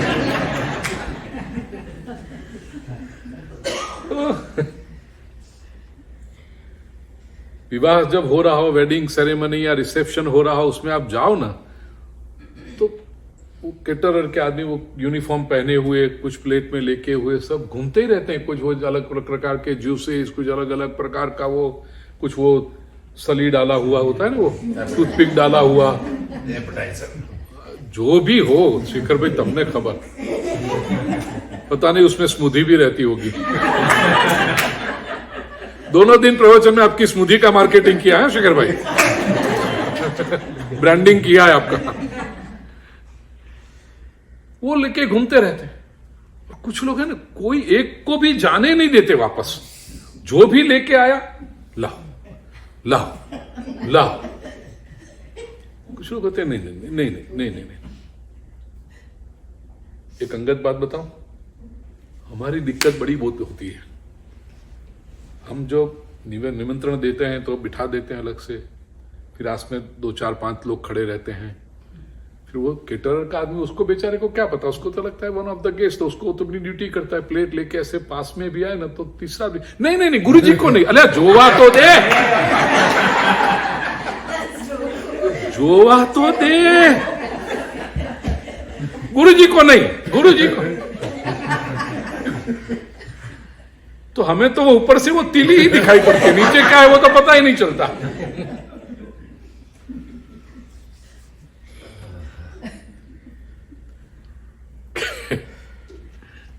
लेकिन ऑब्जर्व तो करते हैं ना दूसरे लोग क्या कर रहे हैं, तो ऐसे सैंपल होते हैं कि जो भी जाए सबके अंदर से उठाते हैं, सबके अंदर से उठाते हैं। उसकी इच्छा पूरी नहीं होती, पता नहीं कितना खा जाते होंगे। अतृप्त है वो। कुछ लोग समझदार होते हैं, वो क्या करते हैं, जैसे ही आए वो केटरर जहां रसोई बना रहा होता है ना, फूड किचन में जाकर देख के आते हैं आइटम्स क्या क्या है।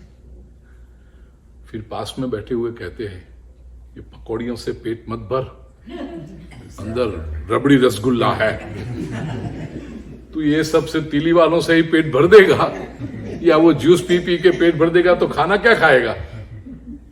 ये देखिए, वो नहीं खाता वो सब, क्यों? क्योंकि अंदर वो रबड़ी रसगुल्ला देख के आया है। ये फालतू चीजों से यदि पेट भर दूंगा तो उसके लिए जगह नहीं होगी। अब ये तो लौकिक, मैं केवल हंसाने के लिए नहीं कहता हूं भाई, आपको पता है, आप बरसों से मुझे सुनते हैं। मैं लौकिक दृष्टांत इसलिए देता हूं ताकि अलौकिक सिद्धांत समझ में आ जाए। संसार में ऐसे लोग हैं भक्त, जिनको इच्छा तो है, लेकिन सभी के ऊपर, सभी मटेरियल ऑब्जेक्ट, सभी सेंसुअल प्लेजर्स उसके ऊपर नहीं टूट पड़ते। क्यों? क्योंकि उनका लक्ष्य है, उच्च लक्ष्य है, मुझे परमात्मा से मिलना है। और यदि इन छोटी छोटी बातों से मैंने अपना समय गंवा दिया तो मेरे प्रभु के दर्शन कब करूंगा? तो when you aim for the superior, obviously you refrain from the inferior. तो वो भी इसकी इच्छा नहीं करेगा, सामने लाके 10 डिश रखो, नहीं चाहिए। इसलिए प्रिय स्वजनों, ये जो रोकते ना गुरु जी को नहीं चाहिए, वो अच्छी बात करते हैं। इंफीरियर में अपना क्यों, वो भी सेवा कर रहे हैं हमारी, उसको रोक करके। तृप्ति है भक्त की, तो न किंचित वांछति, अपेक्षा नहीं करता। कई बार लोग पूछते हैं, इसकी इच्छा नहीं होती, इसकी इच्छा नहीं होती। नहीं होती। लोगों को तो कैसी छोटी छोटी इच्छाओं का बंधन होता है। सुबह उठकर तुरंत चाय चाहिए, और कुछ लोगों का तो ऐसा है, एक चाय से नहीं चलता, 2 चाय पिए तभी ऐसा होता है लोगों की आदत, ऐसी ही चाहिए। और मैं तो कोई आदत नहीं मुझे, मैं जिन जिनके यहाँ रहा हूं पता है। देखिए हमारी हर्षा बहन से पूछिए, शोभना बहन से पूछिए, नरेश से पूछिए, जहां जहां मैं रहा हूं, तो कई बार लोगों को आश्चर्य होता है, कुछ नहीं तो फिर मूड कैसे आता है? मैंने कहा मूड 24 घंटे बना रहता है हमारा। हमारा मूड चाय की प्याली पर निर्भर नहीं है, 24 घंटे बना रहता है। छोटी छोटी इच्छाएं, तो ऐसी इच्छा नहीं होती तो जीवन में मजा क्या है? हमारा तो चाय पीने वाला चुस्कियां लेके करके जो मजा आता है, मैंने कहा वो चाहिए ही नहीं मजा, and I don't even miss it. सुबह उठकर जो मेडिटेशन करने में आनंद आता है, वो चाय की चुस्कियों में कहां? इच्छा नहीं होती। न किंचित वांछति। प्रिय स्वजनों, आपकी इच्छा को यदि एलिवेट करोगे तो इंफीरियर में इच्छा जाएगी ही नहीं।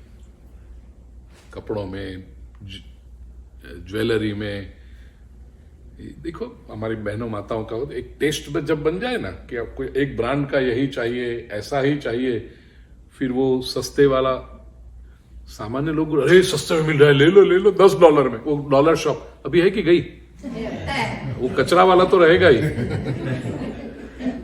तो कुछ लोग होते हैं वो डॉलर शॉप में जाकर अरे डॉलर शॉप, ये लोग कभी देखेंगे भी नहीं डॉलर शॉप की ओर। नहीं चाहिए, क्यों? इच्छा नहीं है।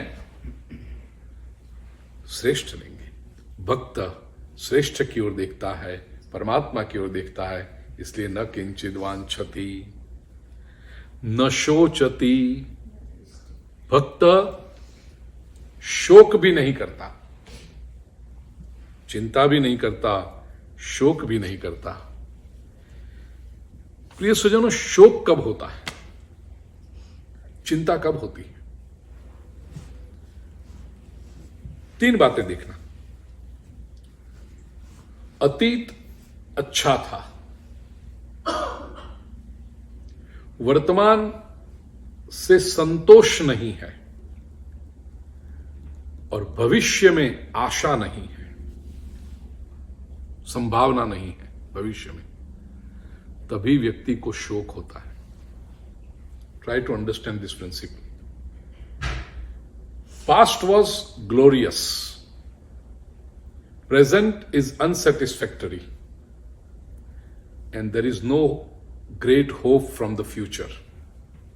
तब व्यक्ति के पास एक ही चारा बचता है, शोक करो।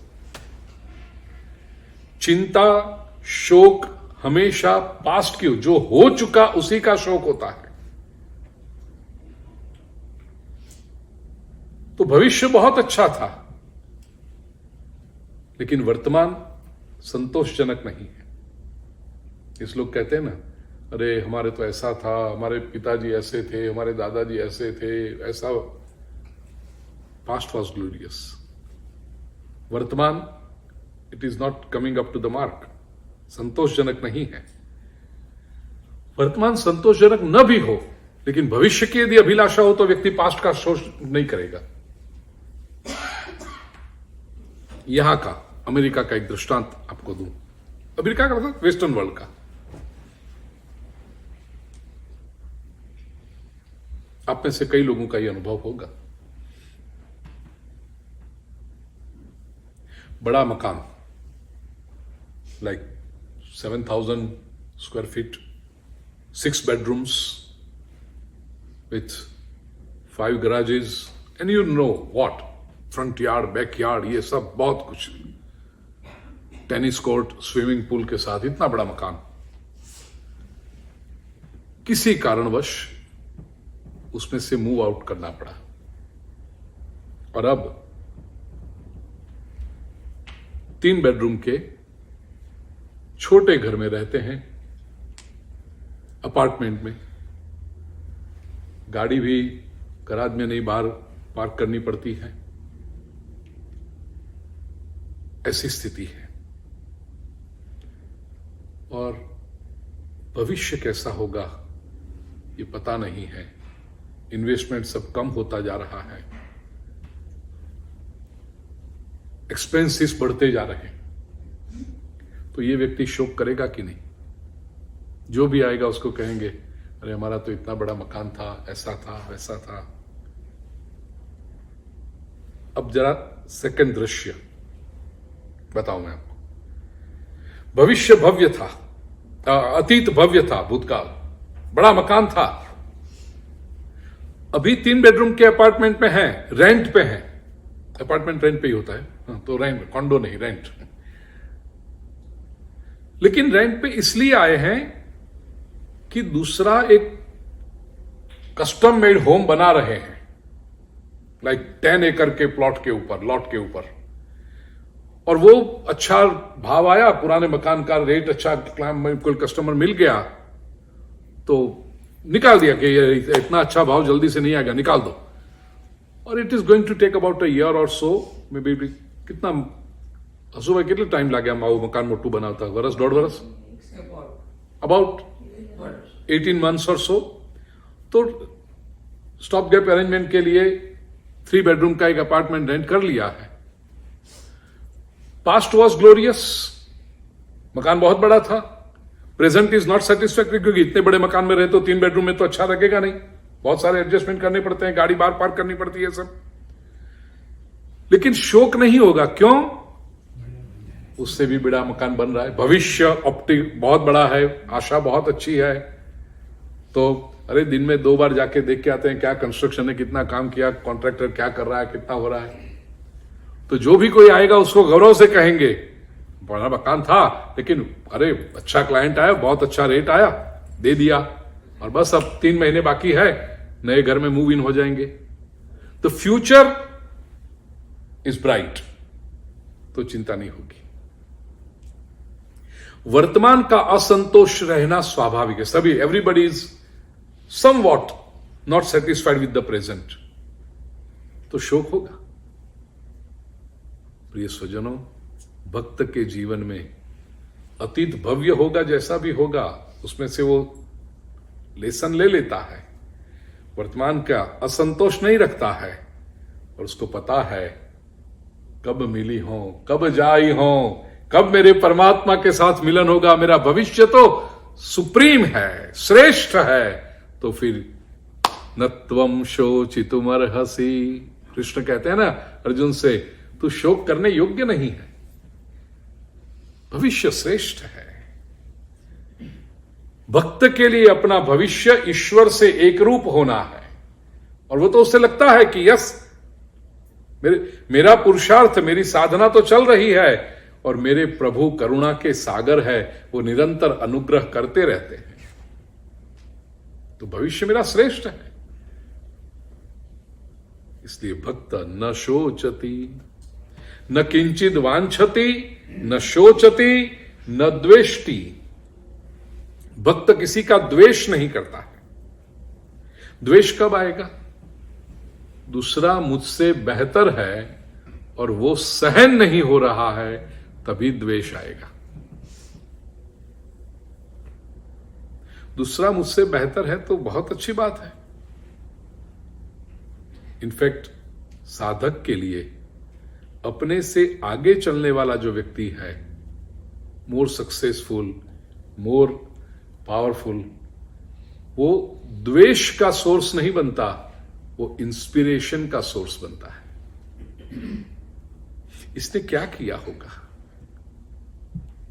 अब देखिए श्रीमद् भागवत के 10वें स्कंद के रास पंचाध्यायी में भगवान श्री कृष्ण ने गोपियों को वेणुनाद करके बुलाया। गोपियां जो काम काज करती थी वो सब छोड़ के यमुना तट पर चली आई। प्रभु ने परीक्षा ली गोपियों की, फिर रास शुरू हुआ। मैं संक्षेप में कहता हूं, रास का आरंभ हुआ, और जैसे ही रास का आरंभ हुआ तो गोपियों के मन में अहंकार आया। विश्व में हम कितनी श्रेष्ठ हैं, कृष्ण हमारे साथ खेल रहे हैं। और प्रभु को अहंकार तो पसंद है नहीं। प्रभु अदृश्य हो गए। जैसे ही भगवान श्री कृष्ण अदृश्य हो गए, गोपियां कृष्ण को ढूंढने लगी, कहां है, कहां है, मिले नहीं, ढूंढ रही हैं कुंज गलियन में, सब जगह पे।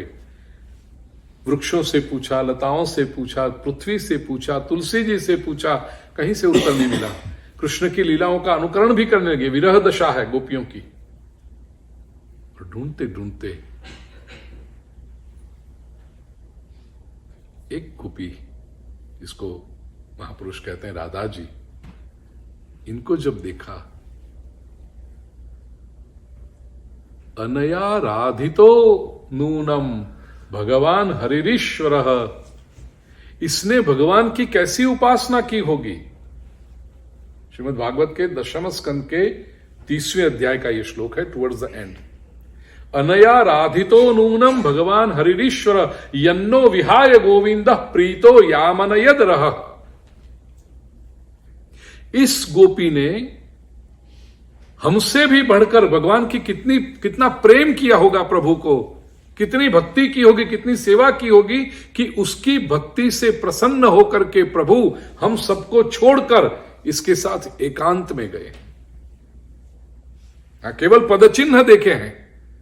कृष्ण को जब ढूंढ रही है गोपियां, फुटप्रिंट्स देखी, और श्री कृष्ण के फुटप्रिंट्स के साथ में और 2 फुटप्रिंट्स जा रही है।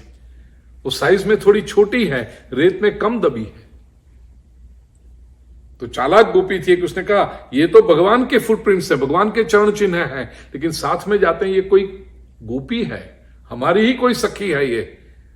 उसके प्रेम से प्रसन्न होकर प्रभु ने उनको हम बीच में से हमारे सबसे लेकर के, हमें छोड़कर उसको लेकर के एकांत में गए हैं। How fortunate she is. और क्यों? उसने हमसे अधिक भक्ति की होगी, उसने हमसे अधिक भगवान को प्रसन्न किया होगा।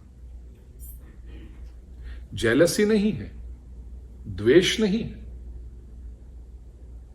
और इसलिए मैं पता नहीं 10-15 साल हो गए,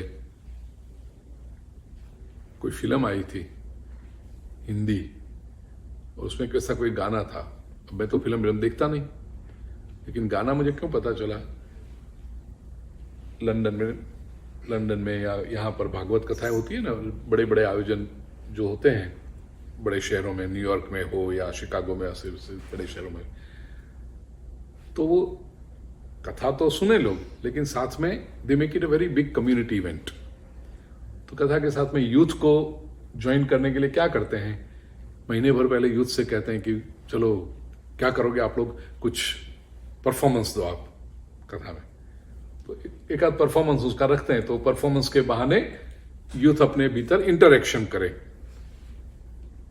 हमारे लोगों की अभिलाषा ऐसी होती है कि हमारे कम से कम इंडियन कम्युनिटी में अपना स्पाउस ढूंढे, तो वो मिलते रहेंगे तो होगा ना ये। तो इस बहाने मिलेंगे, एक दूसरे की दोस्ती होगी, और आगे चलकर चलो भगवान की कृपा हो गई कुछ, तो वो अर्न करते थे। तो ये टीनेजर्स ऐसे सब, उसमें एक गीत 2-3 साल तक वो बजता रहा, सब लोगों ने बजे।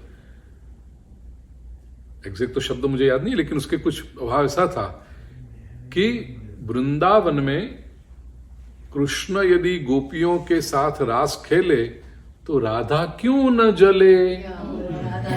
ये मुझे राधा क्यों न जले, और बेचारे ये सब टीनेजर्स को सिखाया गया था वो वीडियो में देख के, राधा क्यों न जले, राधा क्यों न, ऐसा परफॉर्मेंस देते हो। फिर परफॉर्मेंस देख पूरा हो गया तो फिर सब तालियां बजाते, ये लोग सब मेरे पास में आते, मैं उनको प्रसाद या कुछ देता। परफॉर्मेंस अच्छा किया उन्होंने, मैं कहता यू डिड ग्रेट जॉब, लेकिन ये जो गाना है ना, अब बोलना मत कभी। और उस समय तो वो सीडी डीवीडी का जमाना था, तो डीवीडी देख के मैं पूछता था कैसे सीखा, तो बोलते हैं डीवीडी देख के टीचर ने सिखाया ऐसा। मैंने कहा आप डीवीडी को जला देना उसको। अब इनको बेचारे क्या, उनको तो कृष्ण का नाम आया, राधा का नाम आया, मतलब भगवान का कुछ है, समथिंग इंडियन। राधा कृष्ण का नाम है तो भगवान का कोई। मैंने कहा इससे बड़ा अपमान राधा का हो नहीं सकता। राधा जले, कृष्ण यदि गोपियों के साथ दृष्टि करे, खेले, तो राधा जले। Is she such an ordinary woman? Radha क्या है? अरे गोपियां भी नहीं जलती। भगवान श्री कृष्ण राधा के साथ हो तो गोपियों को जलन नहीं होती, गोपियों को इंस्पिरेशन मिलती है कि राधा जैसी भक्ति हम कब करें ताकि प्रभु की कृपा, प्रभु का अनुग्रह हम पर भी उतरे। जलने वाली कभी राधा नहीं हो सकती। और फिर मैंने ढूंढा कि था वो एक 3 बंदर में से एक, उसने ये फिल्म बनाई थी। बॉलीवुड में 3 बंदर हैं, वो 3 बंदर में से एक ने बनाई थी मूवी। क्यों नाम लेते हो? 3 बंदर बोलो, वो 3 बंदर का एक। मैं जानता हूं उसको, कॉलेज में मेरे से 1 या 2 साल पीछे था वो। अब प्रवचन पूरा होने के बाद पूछना, बात करूंगा उसकी।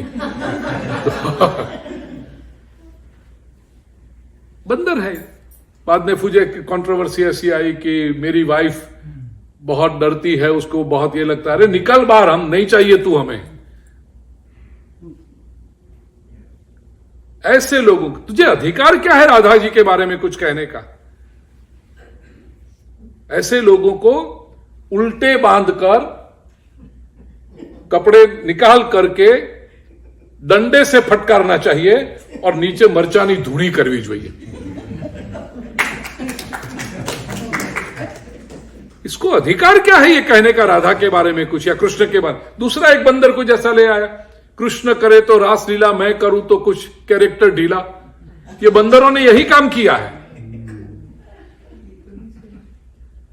और पिछले देखो 3-4 सालों से ये बंदरों की मूवी कोई देखने जाता ही नहीं।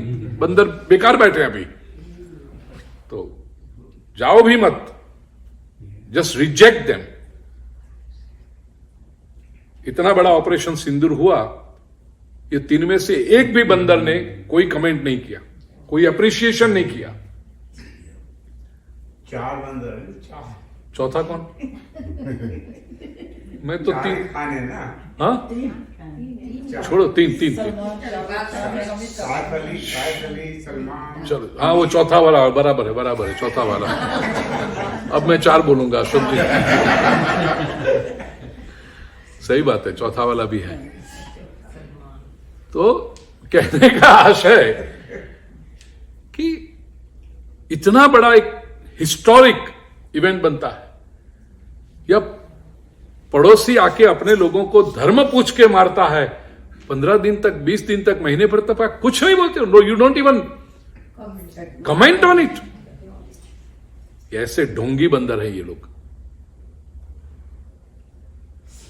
कभी कभी मेरा आक्रोश भी प्रकट हो जाता है, तो मेरी जो भीतर की वेदना है, कहने का आशय, राधा जलेगी नहीं, गोपी जलेगी न द्वेष्टि। भक्त की ये बात है, कोई भी मेरे से और सभी में वो भगवान का दर्शन करता है, तो फिर द्वेष क्यों? भगवान ने सभी को बुद्धि दी हुई है, केवल मैं ही समझदार हूं, मुझे ही सब पता चलता है, दूसरे को कुछ पता नहीं चलता, और मैं जो, ये वृत्ति भक्त में कभी नहीं होती। इवन यशोदा जी भी देखिए, गोपियां आकर के यशोदा जी से कहती, ऐसे कान्हा को रखा जाता है, ऐसे लालन को संभाला जाता है।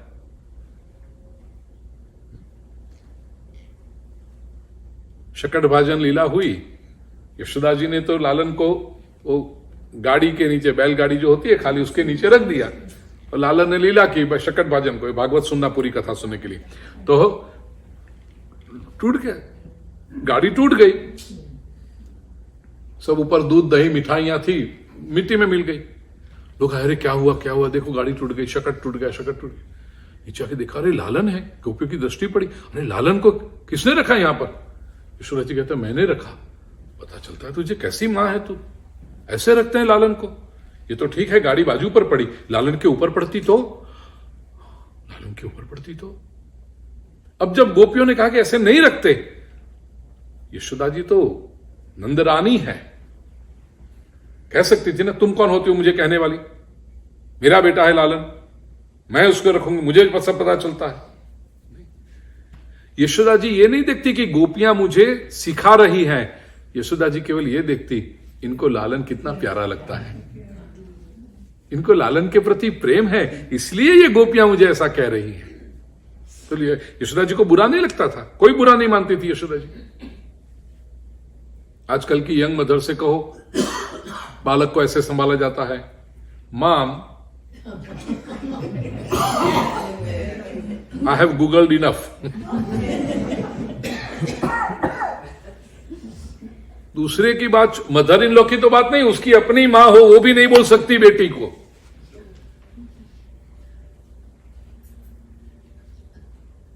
बहना नरेश, बनी हुई घटना इसी देश की, मैं 5th है ना वो अमेंडमेंट 5th, तो नाम नहीं बताऊंगा प्राइवेसी की वजह से। अमेरिका की घटना बनी हुई, मैं शहर का भी नाम नहीं दूंगा। द मदर, एंटायर करियर उसकी paediatrician and a successful paediatrician. मैं कहानी नहीं सुना रहा हूं, घटना है, हिस्ट्री बनी हुई घटना है, और वो मां ने मुझे कहा। मदर पीडियाट्रिशियन फॉर 40 इयर्स उसकी करियर, और 70 के आसपास उसकी उम्र हुई, 60-70 के आसपास, 65-70 के आसपास। बेटी, और बेटी को भी बालक हुआ, ग्रैंड चाइल्ड। तो ऑब्वियसली बेबी सिटिंग के लिए, हेल्प करने के लिए, आप लोग सब जानते हो, ये मां गई वहां पर बेटी के घर, और बालक होगा 1.5 महीने का, 2 महीने का, and the daughter started working again, job का तुम ध्यान रखना। तो मां गई, ठीक है बेटा मैं ध्यान रखूंगी बालक का। ये बेटी फ्रिज के ऊपर पूरा लिस्ट चिपका के जाती थी, 8 o'clock उसको ये देना है, 6-8 महीने का होगा, समझो 2-3 महीने का नहीं, 6-8 महीने का बालक होगा। स्मैश बनाना, फिर वो ब्रेस्ट मिल्क भी पंप करके रखते हैं ना, ऐसा कि इतने बजे ये 10:25 को ये देना है, ऐसा प्रिसाइज सब। फिर वापस फोन करके 10:28 को फोन करती है, ये दिया। मां कहती है बेटा वो सो रहा है बालक, द चाइल्ड इज स्लीपिंग, तो उठेगा तो दे दूंगी। No ma'am, 10:25 10:25। अरे वो सो रहा है, उठा के दो उसको। मां और बेटी का ये संघर्ष, टसल। अब मां है, बेटी तो टेंशन में है, स्ट्रेस में है, you are not taking enough care, you should do this, ऐसा। मां ने कहा बेटा आई एम अ पीडियाट्रिशियन, छोड़ो पीडियाट्रिशियन नहीं हो तो फिर भी मैं मां हूं, 3 बच्चों को मैंने तुमसे लोगों को बड़ा किया है, पढ़ा लिखा के इतने तुम्हें, you feel that you are very intelligent and successful, it is my training. केवल मदर होती तो भी ये पता होता, उसमें ऊपर मैं पीडियाट्रिशियन हूं, 40 इयर्स ऑफ एक्सपीरियंस, और तुम मुझे नथिंग डूइंग। मां, द टाइम्स हैव चेंज्ड, मैंने गूगल किया, ऐसा करना। वो मां ने आंख में आंसू के साथ कहा, गुरुजी 40 साल मैंने इतने बच्चों को ठीक किया, मेरे पेशेंट जो बड़े होते हैं वो जब आते हैं तो कहते हैं कि doctor we are your patient, हम तुम्हारे पास रहे थे, ऐसे थे। और मेरी अपनी बेटी के बालक को मेरी बेटी कहती है मैं संभाल नहीं सकती। कितना दुख होता है। बेटी अपनी मां को द्वेष करती है। यहां भागवत में देखिए प्रिय स्वजनों, गोपियां यदि यशोदा जी से कहें कि लालन को ऐसा रखो ऐसा रखो, तो यशोदा जी बुरा नहीं मानती थी, द्वेष नहीं करती थी। यशोदा जी इतना ही सोचती थी इसको मेरे लालन के प्रति प्रेम है ना, इसलिए ये कर रहा है। भक्त की ये स्थिति है, न द्वेष्टि न किंचित वांछति न शोचति न द्वेष्टि न रमते। भक्त कभी किसी में भी रममाण नहीं होता, आसक्त नहीं होता।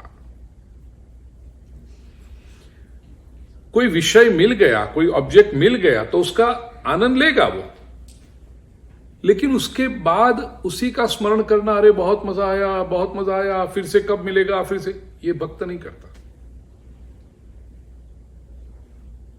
पिज्जा आया, ले लिया, रहा पिज्जा बहुत अच्छा था, अब कब मिलेगा, अब कब मिलेगा, ये भक्त नहीं करता।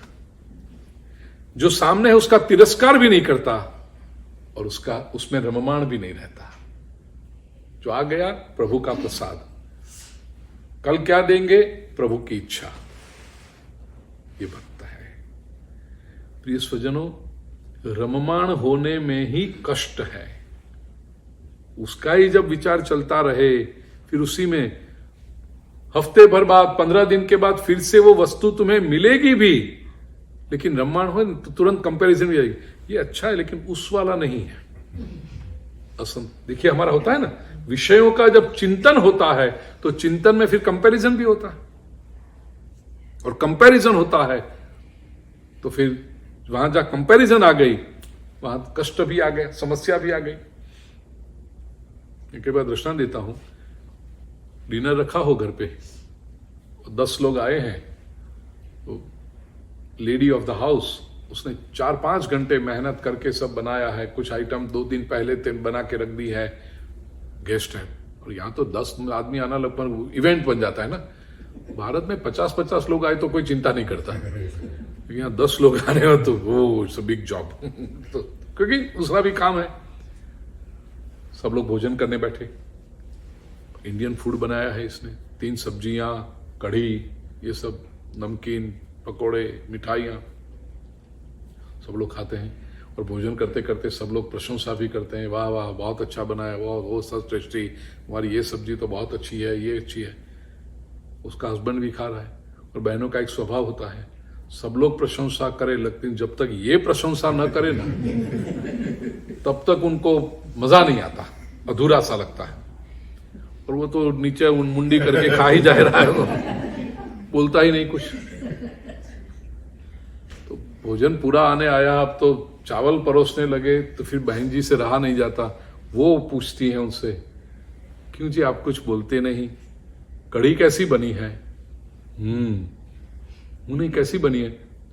पिछले इतवार जैसी नहीं है, तू है पिछले संडे जैसा।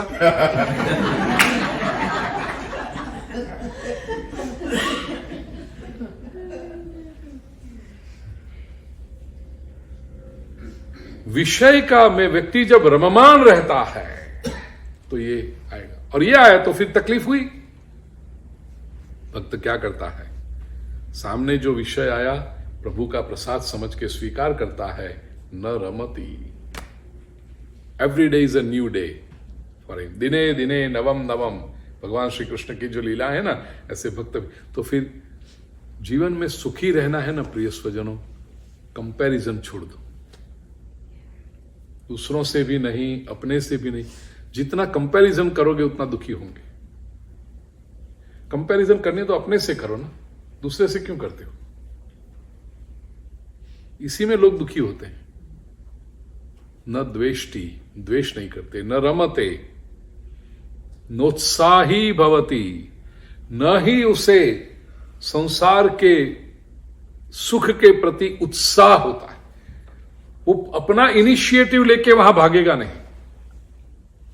नोत्साही भवती, यहां उत्साह का अर्थ वो एंथुजियाज्म, ऐसा नहीं कि भक्त उदास बैठा था, नहीं, लेकिन मटेरियल प्लेजर्स के पीछे उसका उत्साह नहीं होता है।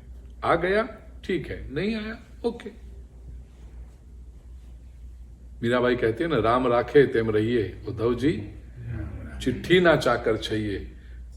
कोक दिन खावा ने शीरो ने पूरी, तो कोक दिन सीरियल में रहिए। राम राखे हम रहिए। कभी सीरा पकौड़ी, रबड़ी पकौड़ी, ये सब हो, तो कभी सीरियल भी आ जाए। जो आया वो सही है।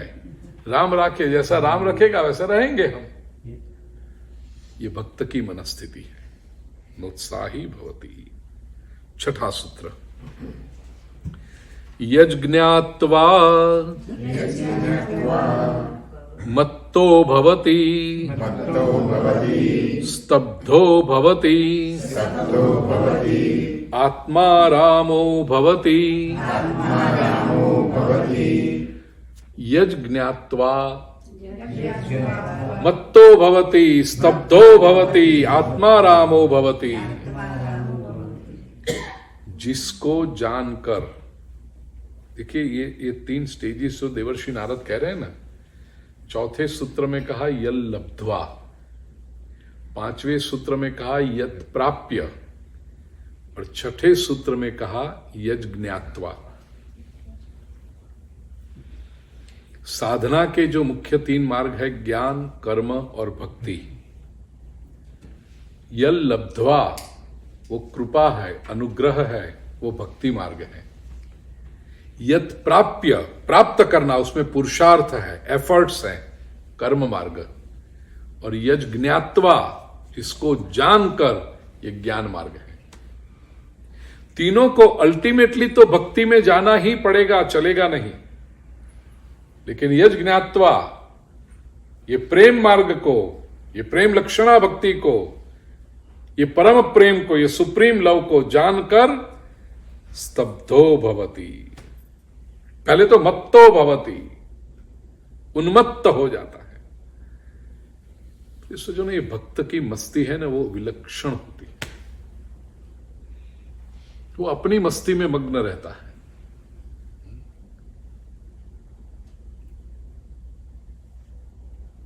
बहुत अच्छा शायद भजन था, गाना के नहीं मैंने सुना है, अपने उसमें रहता हूं। हाँ अपनी धुन में रहता हूँ। हाँ, आशा बहन रहा करो साथ में, आप मुझे बहुत हेल्प करोगी आप। अपनी धुन में रहता हूं मैं भी, गजल है शायद वो। अपनी धुन में रहता हूं, ऐसा कुछ ट्यून है उसका। मेरा विषय नहीं है तो पता नहीं, ढूंढना, चलो इसको भी गूगल करना बेट। अपनी धुन में रहता हूं, ऐसा कुछ है, देखो। तो मैं भी तेरे जैसा हूं, ऐसा कुछ है, मुझे एग्जैक्ट याद नहीं आ रहा अभी। भक्त अपनी धुन में रहता है, अपनी मौज में मस्त रहता है।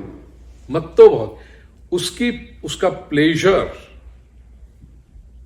उसकी केवल जॉय नहीं कहता, लेकिन उसकी state of bliss is not dependent on external objects, people और सिचुएशन। मत्त है, अपने में है। मत्त का एक अर्थ होता है पागल। पागल भी अपनी दुनिया में रहता है ना, वो अपनी मौज में रहता है। कोई भला मिला बना, अपनी धुन में रहता हूँ, राधे राधे कहता हूँ। नहीं वो तो भजन, उसका कन्वर्ट कोई दूसरा अच्छा बनाया होगा किसी ने, लेकिन जो ओरिजिनल है वो मैं भी तेरे जैसा हूँ, ऐसा कोई गजल। एक जनाब नासिक काजी साहब। नहीं, कौन बोला, कौन बोला? हाँ बोल, उभी थे बोल, उभी क्या मिला बोल। अपनी धुन में रहता हूँ, अपनी धुन में रहता हूँ, मैं भी तेरे जैसा हूँ, अपनी धुन में रहता हूँ, है ना? हाँ, गजल है ना वो। जैसा। हाँ, मैं यदि नहीं भूलता हूं तो शायद जगजीत की गाई हुई है, शायद जगजीत की है, गुलाम अली की। हाँ होगी, बहुत पहले कभी सुनी होगी तो, लेकिन वो पंक्ति याद आ गई हुई। अपनी धुन में रहता हूं।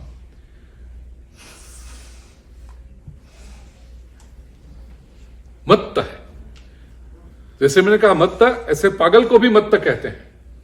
लेकिन भक्त का अपना एक पागलपन है, द डिवाइन मैडनेस।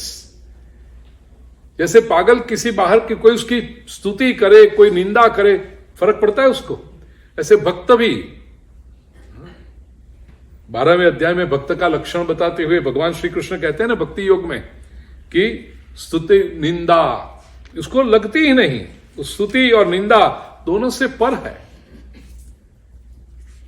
36 लक्षण जो 12वें अध्याय के 13 से लेकर के 19वें श्लोकों तक प्रभु ने बताया है, उसमें तुल्य निंदा स्तुतिर मौनी संतुष्टो ये न के नचित, 19वां श्लोक 12वें अध्याय का।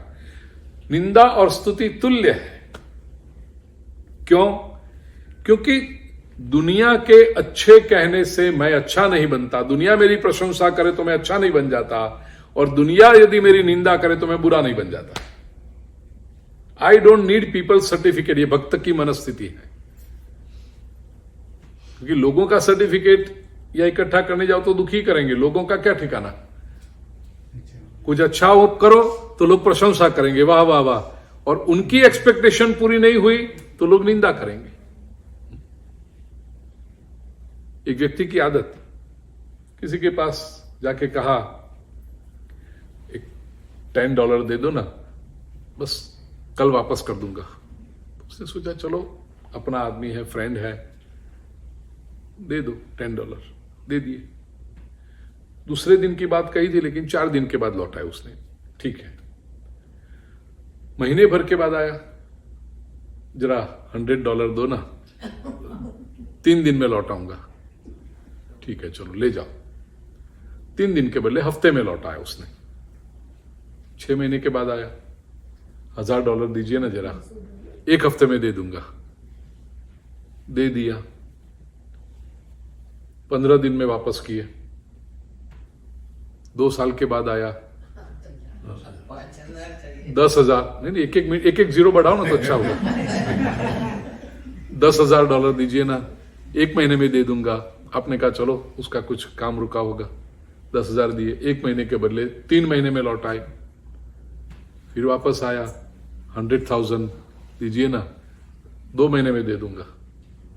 आपने कहा क्यों, मेरा काम है, ठीक है ले जाओ 100,000, 2 महीने के बदले 6 महीने में दिया। अब वो आया और सबके, जब आप जितनी जाते थे ना, सबसे कहेगा अरे इनके पास जाओ, आधी रात को जाके खड़े रहो, तुम्हारा काम हो जाएगा। कभी ना नहीं बोलते, दे देते हैं। 10 से शुरू करके 100,000 तक दिए। फिर आया, अब जीरो और बढ़ गया है। अब आपने लगा जरा बात बढ़ गई, बड़ी हो गई। 100,000 तक फिर भी मैनेजेबल था, अब जरा बड़ी बात हो गई। और वो कहता है कि 6 महीने में दूंगा, मतलब आपको भरोसा है 1.5 साल तक नहीं देगा। तो आप ऐसे थोड़ी मिलियन ऐसे कबाट में रखे अलमारी में कि जाओ लेके जाओ, ऐसा कोई नहीं करता। तो आप कहोगे नहीं इस बार जरा नहीं हो पाएगा, थोड़ा अरे ऐसे कैसे, हर बार तो आपने, हर बार मैंने दिए, इस बार जरा कैश क्रंच है, रिसेशन है, थोड़ा नहीं। अब वो जाके गांव में कहेगा इनका भरोसा मत रखना, कभी भी रखड़ा देंगे। अरे हमने कहां कहा था तू भरोसा रख। तो 10, 100,000, 10,000, 100,000, 5 बार उसका काम किया, उसकी बात चली गई।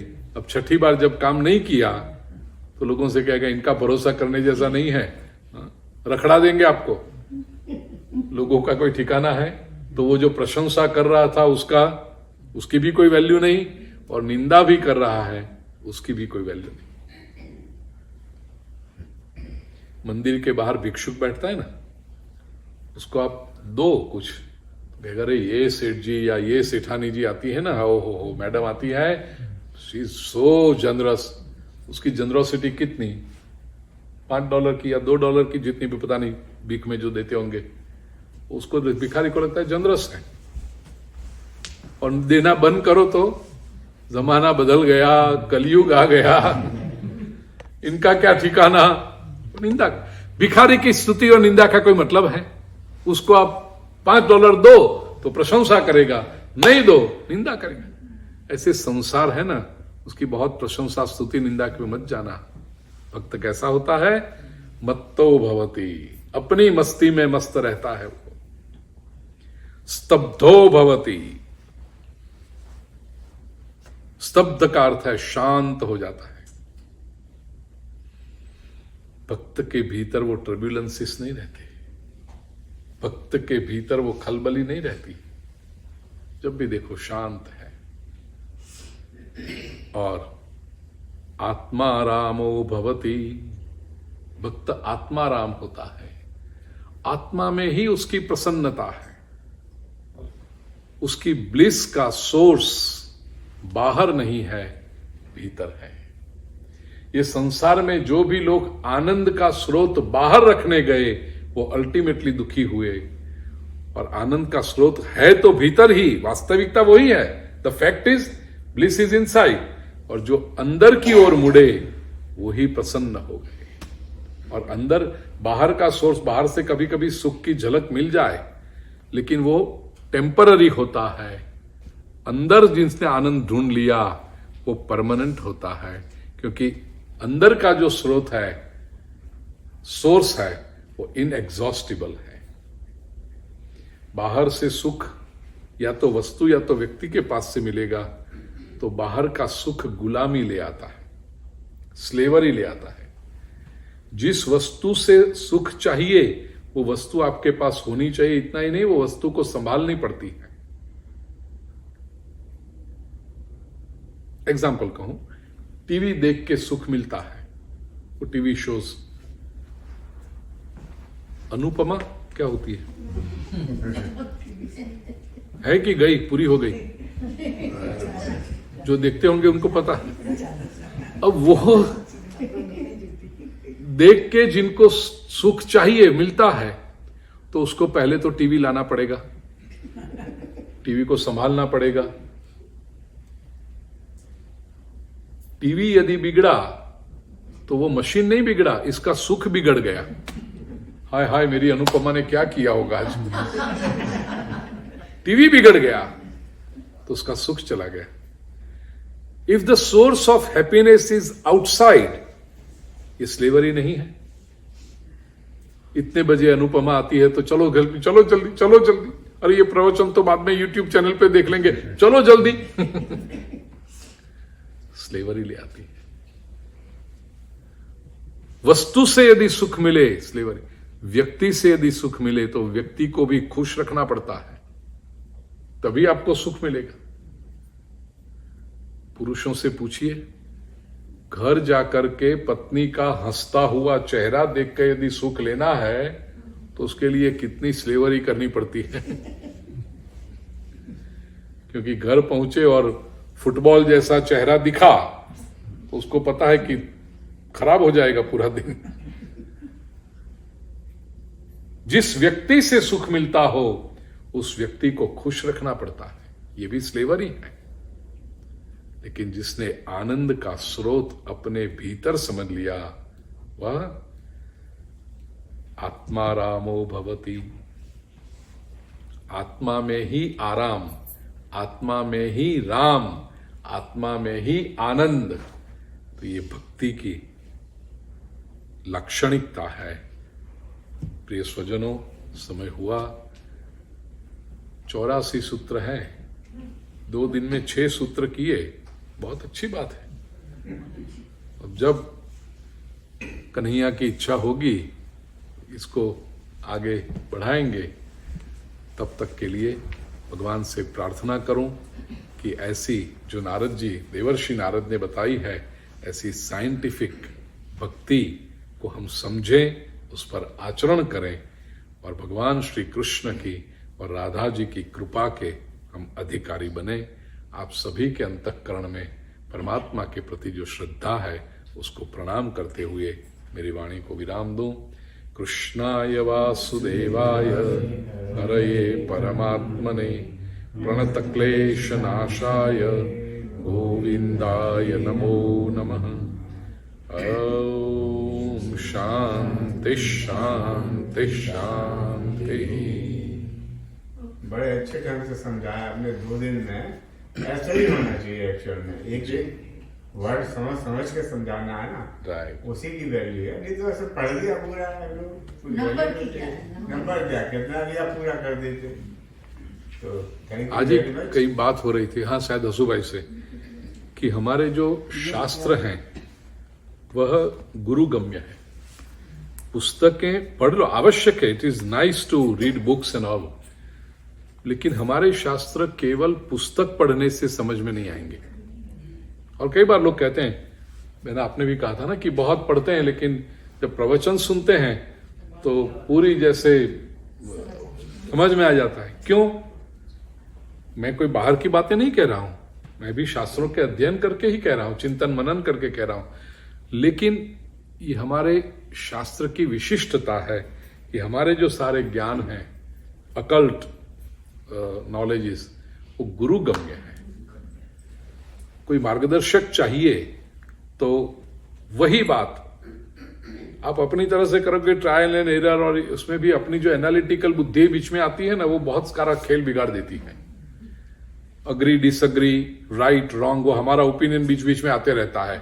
आई थिंक सो, अरे भाई तुम हो कौन? क्यों बीच में आई के खिले को मार देते हो अंदर? तो व्यक्ति क्या है, जज बन जाता है। No this is not right, no this is not right, this is right. और यही हमारा अहंकार हमें ज्ञान प्राप्त करने से रोक लेता है। तो गुरुगम्य, उसमें अशोक जी आपने जो कहा, थैंक यू वेरी मच। आपने टाइम दिया हमें यहाँ का, उसके लिए बहुत बहुत धन्यवाद। इधर से धन्यवाद देते हम सभी लोग। जी जी, और टाइम टू टाइम आते रहिए, ऐसे ही हमें ज्ञान देते रहिए। श्योर। आज का डिनर इज प्रोवाइडेड बाय नाम पता नहीं। Provide by Guruji. ओके, आज का डिनर प्रसाद गुरु जी की तरफ से है। जिन्होंने प्रोवाइड किया, उन्होंने ब्लेसिंग्स के लिए प्रोवाइड। और कुछ नहीं